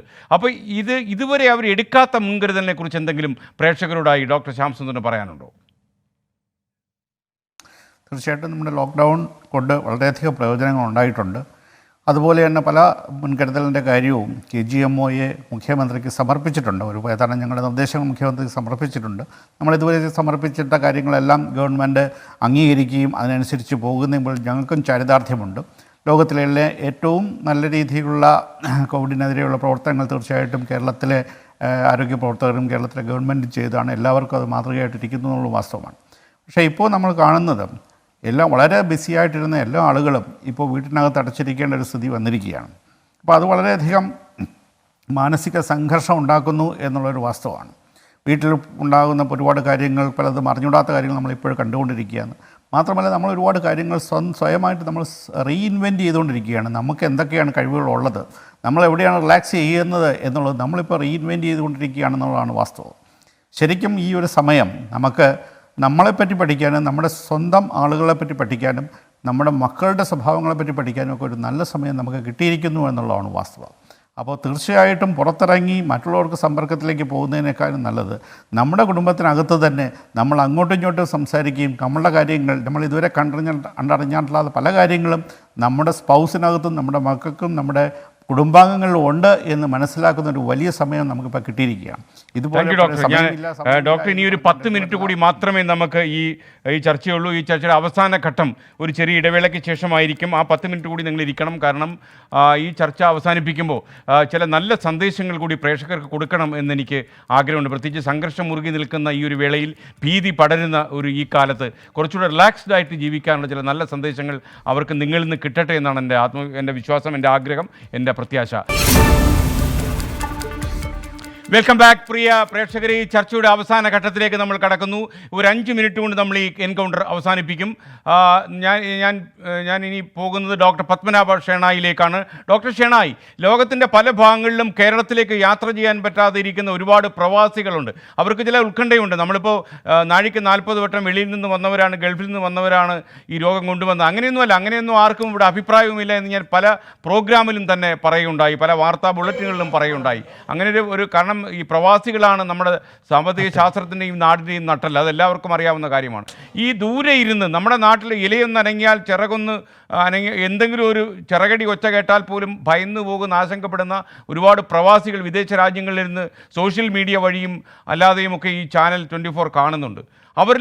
അവരിലേക്ക് നമ്മളിപ്പോൾ യഥാർത്ഥത്തിൽ അനുഭവിക്കുന്ന ഒരു സേഫ്റ്റി അവർക്ക് ശരിക്കും മനസ്സിലാകുന്നുണ്ടോ എന്നെനിക്ക് സംശയമുണ്ട്. കാര്യം ആശങ്കപ്പെടുന്ന റിപ്പോർട്ടുകൾ പലപ്പോഴും അവർക്ക് ലഭിച്ചു എന്ന് വരാം സോഷ്യൽ മീഡിയ വഴിയൊക്കെ. അപ്പോൾ ഡോക്ടർ ഷെണായി അവരോട് എന്ത് പറയും? അവരോട് പറയാനുള്ള ഒരു കാര്യമെന്ന് വെച്ച് കഴിഞ്ഞാൽ കേരളം ഇപ്പോൾ ഇന്ത്യയിലെ ഏറ്റവും സേഫസ്റ്റ് ആയിട്ടുള്ള സ്ഥലമാണ് കേരളം. അപ്പോൾ നിങ്ങളുടെ റിലേറ്റീവ്സ് എല്ലാം ഇവിടെ വളരെ സേഫാണ്, ഒരു കുഴപ്പമില്ല. പിന്നെ രണ്ടാമത്തെ കാര്യം, ലോകത്തിൽ തന്നെ എടുക്കുകയാണെങ്കിൽ കേരളം പോലെ ഇത് മാനേജ് ചെയ്ത ഈ ക്രൈസിസ് ഹാൻഡിൽ ചെയ്ത വളരെ കുറച്ച് കൺട്രീസ് അല്ലെങ്കിൽ വളരെ കുറച്ച് രാജ്യങ്ങളേ ഉള്ളൂ. അപ്പോൾ ഇവിടുത്തെ റിലേറ്റീവ്സിനെ കുറിച്ച് നിങ്ങൾ കൂടുതൽ വ്യാകുലപ്പെടേണ്ട കാര്യമില്ല. അവരുമായിട്ട് സ്കൈപ്പ് ചെയ്യുക, സംസാരിക്കുക. വരാൻ പറ്റിയില്ലെങ്കിൽ സ്കൈപ്പ് മൂലമോ അല്ലെങ്കിൽ സൂം വഴിയോ വാട്സാപ്പ് വീഡിയോ കോൾ വഴിയോ എല്ലാവർക്കും അങ്ങോട്ടും ഇങ്ങോട്ടും ടച്ചിലിരിക്കുക. ഒന്നാമത്തെ കാര്യം. രണ്ടാമത്തെ കാര്യം, നിങ്ങൾ ഇങ്ങോട്ട് വരുന്നതിനെക്കുറിച്ച് ആർക്കും എനിക്ക് തോന്നുന്നില്ല ഇവിടെ വന്ന ശേഷം 14 ദിവസം ക്വാറന്റീൻ ചെയ്ത് പുറത്തിറങ്ങി നടക്കുന്ന ആർക്കും നിങ്ങളോട് വിരോധമുണ്ടെന്ന് തോന്നുന്നില്ല. അങ്ങനെയുള്ള ഒരു പ്രശ്നവും ഇവിടെ നാട്ടിൽ ബഹുഭൂരിപക്ഷത്തിനുമില്ല. ചില ആളുകളുടെ തെറ്റിദ്ധാരണ കൊണ്ട് ഇങ്ങനെയൊക്കെ വിചാരിച്ചിരിക്കാം. കാരണം പുറത്തുനിന്ന് വന്ന ഇറ്റലിയിൽ നിന്ന് വന്നൊരു കുറച്ച് നടന്നു എന്നൊക്കെ പറഞ്ഞിട്ട് ചില കൺഫ്യൂഷൻസ് ഒക്കെ ഉണ്ടായിരുന്നു. അതുകൊണ്ട് മാത്രമാണ് ചെറിയൊരു തെറ്റിദ്ധാരണയുടെ പുറത്താണ് അങ്ങനെ ഒരു ഫീലിംഗ് ഉണ്ടെങ്കിൽ തന്നെ നമുക്കെല്ലാം പ്രവാസികളാണ് ഈ നാടിനെ താങ്ങി നിർത്തുന്നുള്ളത് നമ്മളെല്ലാം വളരെയധികം എപ്പോഴും ഓർക്കുന്ന കാര്യം. രണ്ടാമത്തെ കാര്യം, പുറത്തുള്ള വിദഗ്ധ ഡോക്ടർമാരുടെ അഭിപ്രായം നമുക്കറിയാം. വളരെ വളരെ വിദഗ്ധരായിട്ടുള്ള പുറത്തുള്ള കേരളത്തിലെ ഗവേഷകരെല്ലാം തന്നെ നമ്മുടെ ഗവൺമെൻറ്റിനെ ഇത് നേരിടുന്ന കാര്യത്തിൽ എനിക്ക് തന്നെ പേഴ്സണലി 3-4 പേരെ അറിയാം, ഞാൻ പേരെടുത്ത് പറയുന്നില്ല, വളരെയധികം കൂടുതൽ ഹെൽപ്പ് ചെയ്യുന്നുണ്ട്. കീ ഡിസിഷൻസ് എടുക്കുന്നതിനും എങ്ങനെ ഇത് മുന്നോട്ട് പോകണമെന്നുള്ളതിനെ നയിക്കുന്നതിനും വളരെ കീ ആയിട്ടുള്ള ഡിസിഷൻസ് എടുക്കുന്നത് പുറത്തുള്ള വിദഗ്ധരെ ആണ്. ഡോക്ടർ ശിവ, താങ്കൾ പെട്ടെന്ന് പറയുകയാണെങ്കിൽ ഈ നമ്മുടെ നാട്ടിൽ ഇപ്പോൾ ഈ രാത്രി നേരം ഈ പരിപാടി ഇത്രയും നേരം കണ്ടുകൊണ്ടിരുന്ന പ്രേക്ഷകരോട് UK-യിലെ ഒരു പ്രവാസി എന്ന നിലയിൽ താങ്കൾ എന്താ പറയുന്നത്? വളരെ ചുരുങ്ങിയ വാക്കുകളിൽ. തീർച്ചയായും കർശനമായി ഗവൺമെന്റ് പറയുന്ന നടപടികൾ പാലിക്കുക, അതാണ് ഏറ്റവും പ്രധാനമായിട്ട് ചെയ്യേണ്ടത്. പിന്നെ തീർച്ചയായും വീട്ടിലിരിക്കുമ്പോൾ ഈ നേരത്തെ പറഞ്ഞ പോലെ മ്യൂസിക് തെറാപ്പി പോലെ ഉള്ള ആരോഗ്യക്രമങ്ങൾ പാലിക്കുക, കഴിവതും സന്തോഷമായിട്ടിരിക്കാൻ ശ്രമിക്കുക. ശ്രീ MK മുനീർ, എന്തായാലും വേറൊരു അവസരത്തിൽ നമ്മൾ നന്നായിട്ട് ഈ ചാനലിൽ ഒരു പാട്ട് പാടാൻ താങ്കളെ ക്ഷണിക്കും എന്ന് പറയുകയാണ് ഞാൻ. അപ്പോൾ എന്തായാലും വളരെ ഒരുപാട് ഉത്കണ്ഠകളുമായി വീട്ടിനുള്ളിലിരുന്ന് ഈ മിനി സ്ക്രീൻ കണ്ടുകൊണ്ടിരിക്കുന്ന പ്രേക്ഷകരോട് താങ്കളൊരു ഡോക്ടർ കൂടിയായതുകൊണ്ടാണ് ഞാൻ ചോദിക്കുന്നത്, എന്താണ് താങ്കൾ അവരോട് പറയുന്നത്? കാര്യം പ്രത്യാശയുടെ നിമിഷങ്ങൾ ഈ രാത്രിയിലും അവർക്ക് വേണമെന്ന് എനിക്ക് നിർബന്ധമുണ്ട്. തീർച്ചയായും നമ്മൾ പഴയ കാലമൊക്കെ എടുത്ത് പരിശോധിക്കുമ്പം പണ്ട് വസൂരി വന്ന കാലം, അന്നൊക്കെ കോടിക്കണക്കിന് ആളുകളാണ് മരിച്ചത്. പക്ഷേ ഇന്ന് നമുക്ക് ഇതിന് ഒക്കെ നേരിടാൻ പറ്റുന്ന ഇൻഫ്രാസ്ട്രക്ചർ ഉണ്ടായിട്ടുണ്ട്. അതുപോലെ തന്നെ നമുക്ക് ആവശ്യമായിട്ടുള്ള സർവീസ് കിട്ടുന്നതിന് ഡോക്ടർമാർ മുതൽ ക്ലീനിങ് ചെയ്യുന്ന തൊഴിലാളികൾ വരെ അവരുടെ ജീവൻ പണയപ്പെടുത്തിക്കൊണ്ട് നമുക്ക് വേണ്ടി പ്രവർത്തിച്ചുകൊണ്ടിരിക്കുകയാണ്. ഞാൻ അവർക്ക് മുന്നിൽ ഒരു നല്ല നമസ്കാരം നടത്തുകയാണ്. കാരണം അവരുടെ ജീവിതം നമുക്ക് വേണ്ടി പണയപ്പെടുത്തി നമ്മളൊക്കെ ഇത് വീട്ടിനകത്ത് ഇരിക്കുമ്പോഴും അവർ കർമ്മനിരതരായി പ്രവർത്തിച്ചുകൊണ്ടിരിക്കുകയാണ്. അതുപോലെ തന്നെ അങ്ങ് പറഞ്ഞ പോലെ പോലീസ് എന്ന് പറയുന്ന ഒരു സേന, നമ്മൾക്ക് പുറത്ത് ഇപ്പോൾ വിജനമായ റോഡുകളിലേക്ക് ചെന്നാൽ പോലീസാണ് ഇപ്പോഴും വളരെ ജാഗ്രതയോടുകൂടെ വ്യാപനം തടയുന്നതിന് വേണ്ടിയിട്ടുള്ള പ്രവർത്തനങ്ങൾ നടത്തിക്കൊണ്ടിരിക്കുന്നത്. ഇത്തരത്തിലുള്ള ആളുകളൊക്കെ നമുക്ക് വേണ്ടി പ്രവർത്തിക്കുമ്പോൾ വീട്ടിലിരിക്കുന്ന നമ്മൾ മനസ്സിലാക്കേണ്ടത്, നമ്മൾ ഒരു കണക്കിന് ഒരു ഭാഗ്യം ചെയ്ത സമൂഹത്തിലാണ് ജീവിക്കുന്നത്.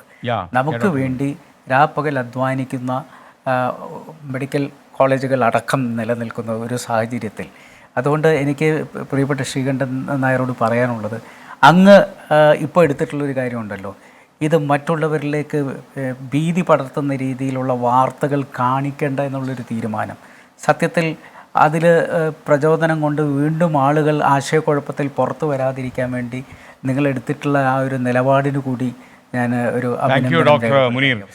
എനിക്കറിയാം നിങ്ങൾക്കൊക്കെ ആ അഭിപ്രായമാണെന്ന്. കാരണം വിവരവും സംസ്കാരമുള്ള ആൾക്കാർക്കൊക്കെ ആ നിലപാട് മാത്രമേ സ്വീകരിക്കാനുള്ളൂ. ഈ നാട് വല്ലാത്ത ഒരു ആശങ്ക നിൽക്കല്ലേ. ശ്രീ കടന്നപ്പള്ളി രാമചന്ദ്രൻ, നമ്മൾ ഈ ചർച്ച അങ്ങയിലൂടെ അവസാനിപ്പിക്കുന്നു.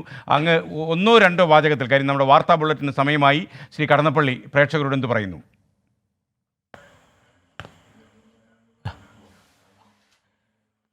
ഏതായാലും ശ്രീകണ്ഠൻ നായരുടെ സങ്കല്പകത നിറഞ്ഞ ചോദ്യങ്ങളും ഭാവനാമധുരമായ സമീപനങ്ങൾ കൊണ്ട് ഈ ചർച്ച വാസ്തവത്തിൽ ആകർഷകമാക്കിയിരിക്കുകയാണ്.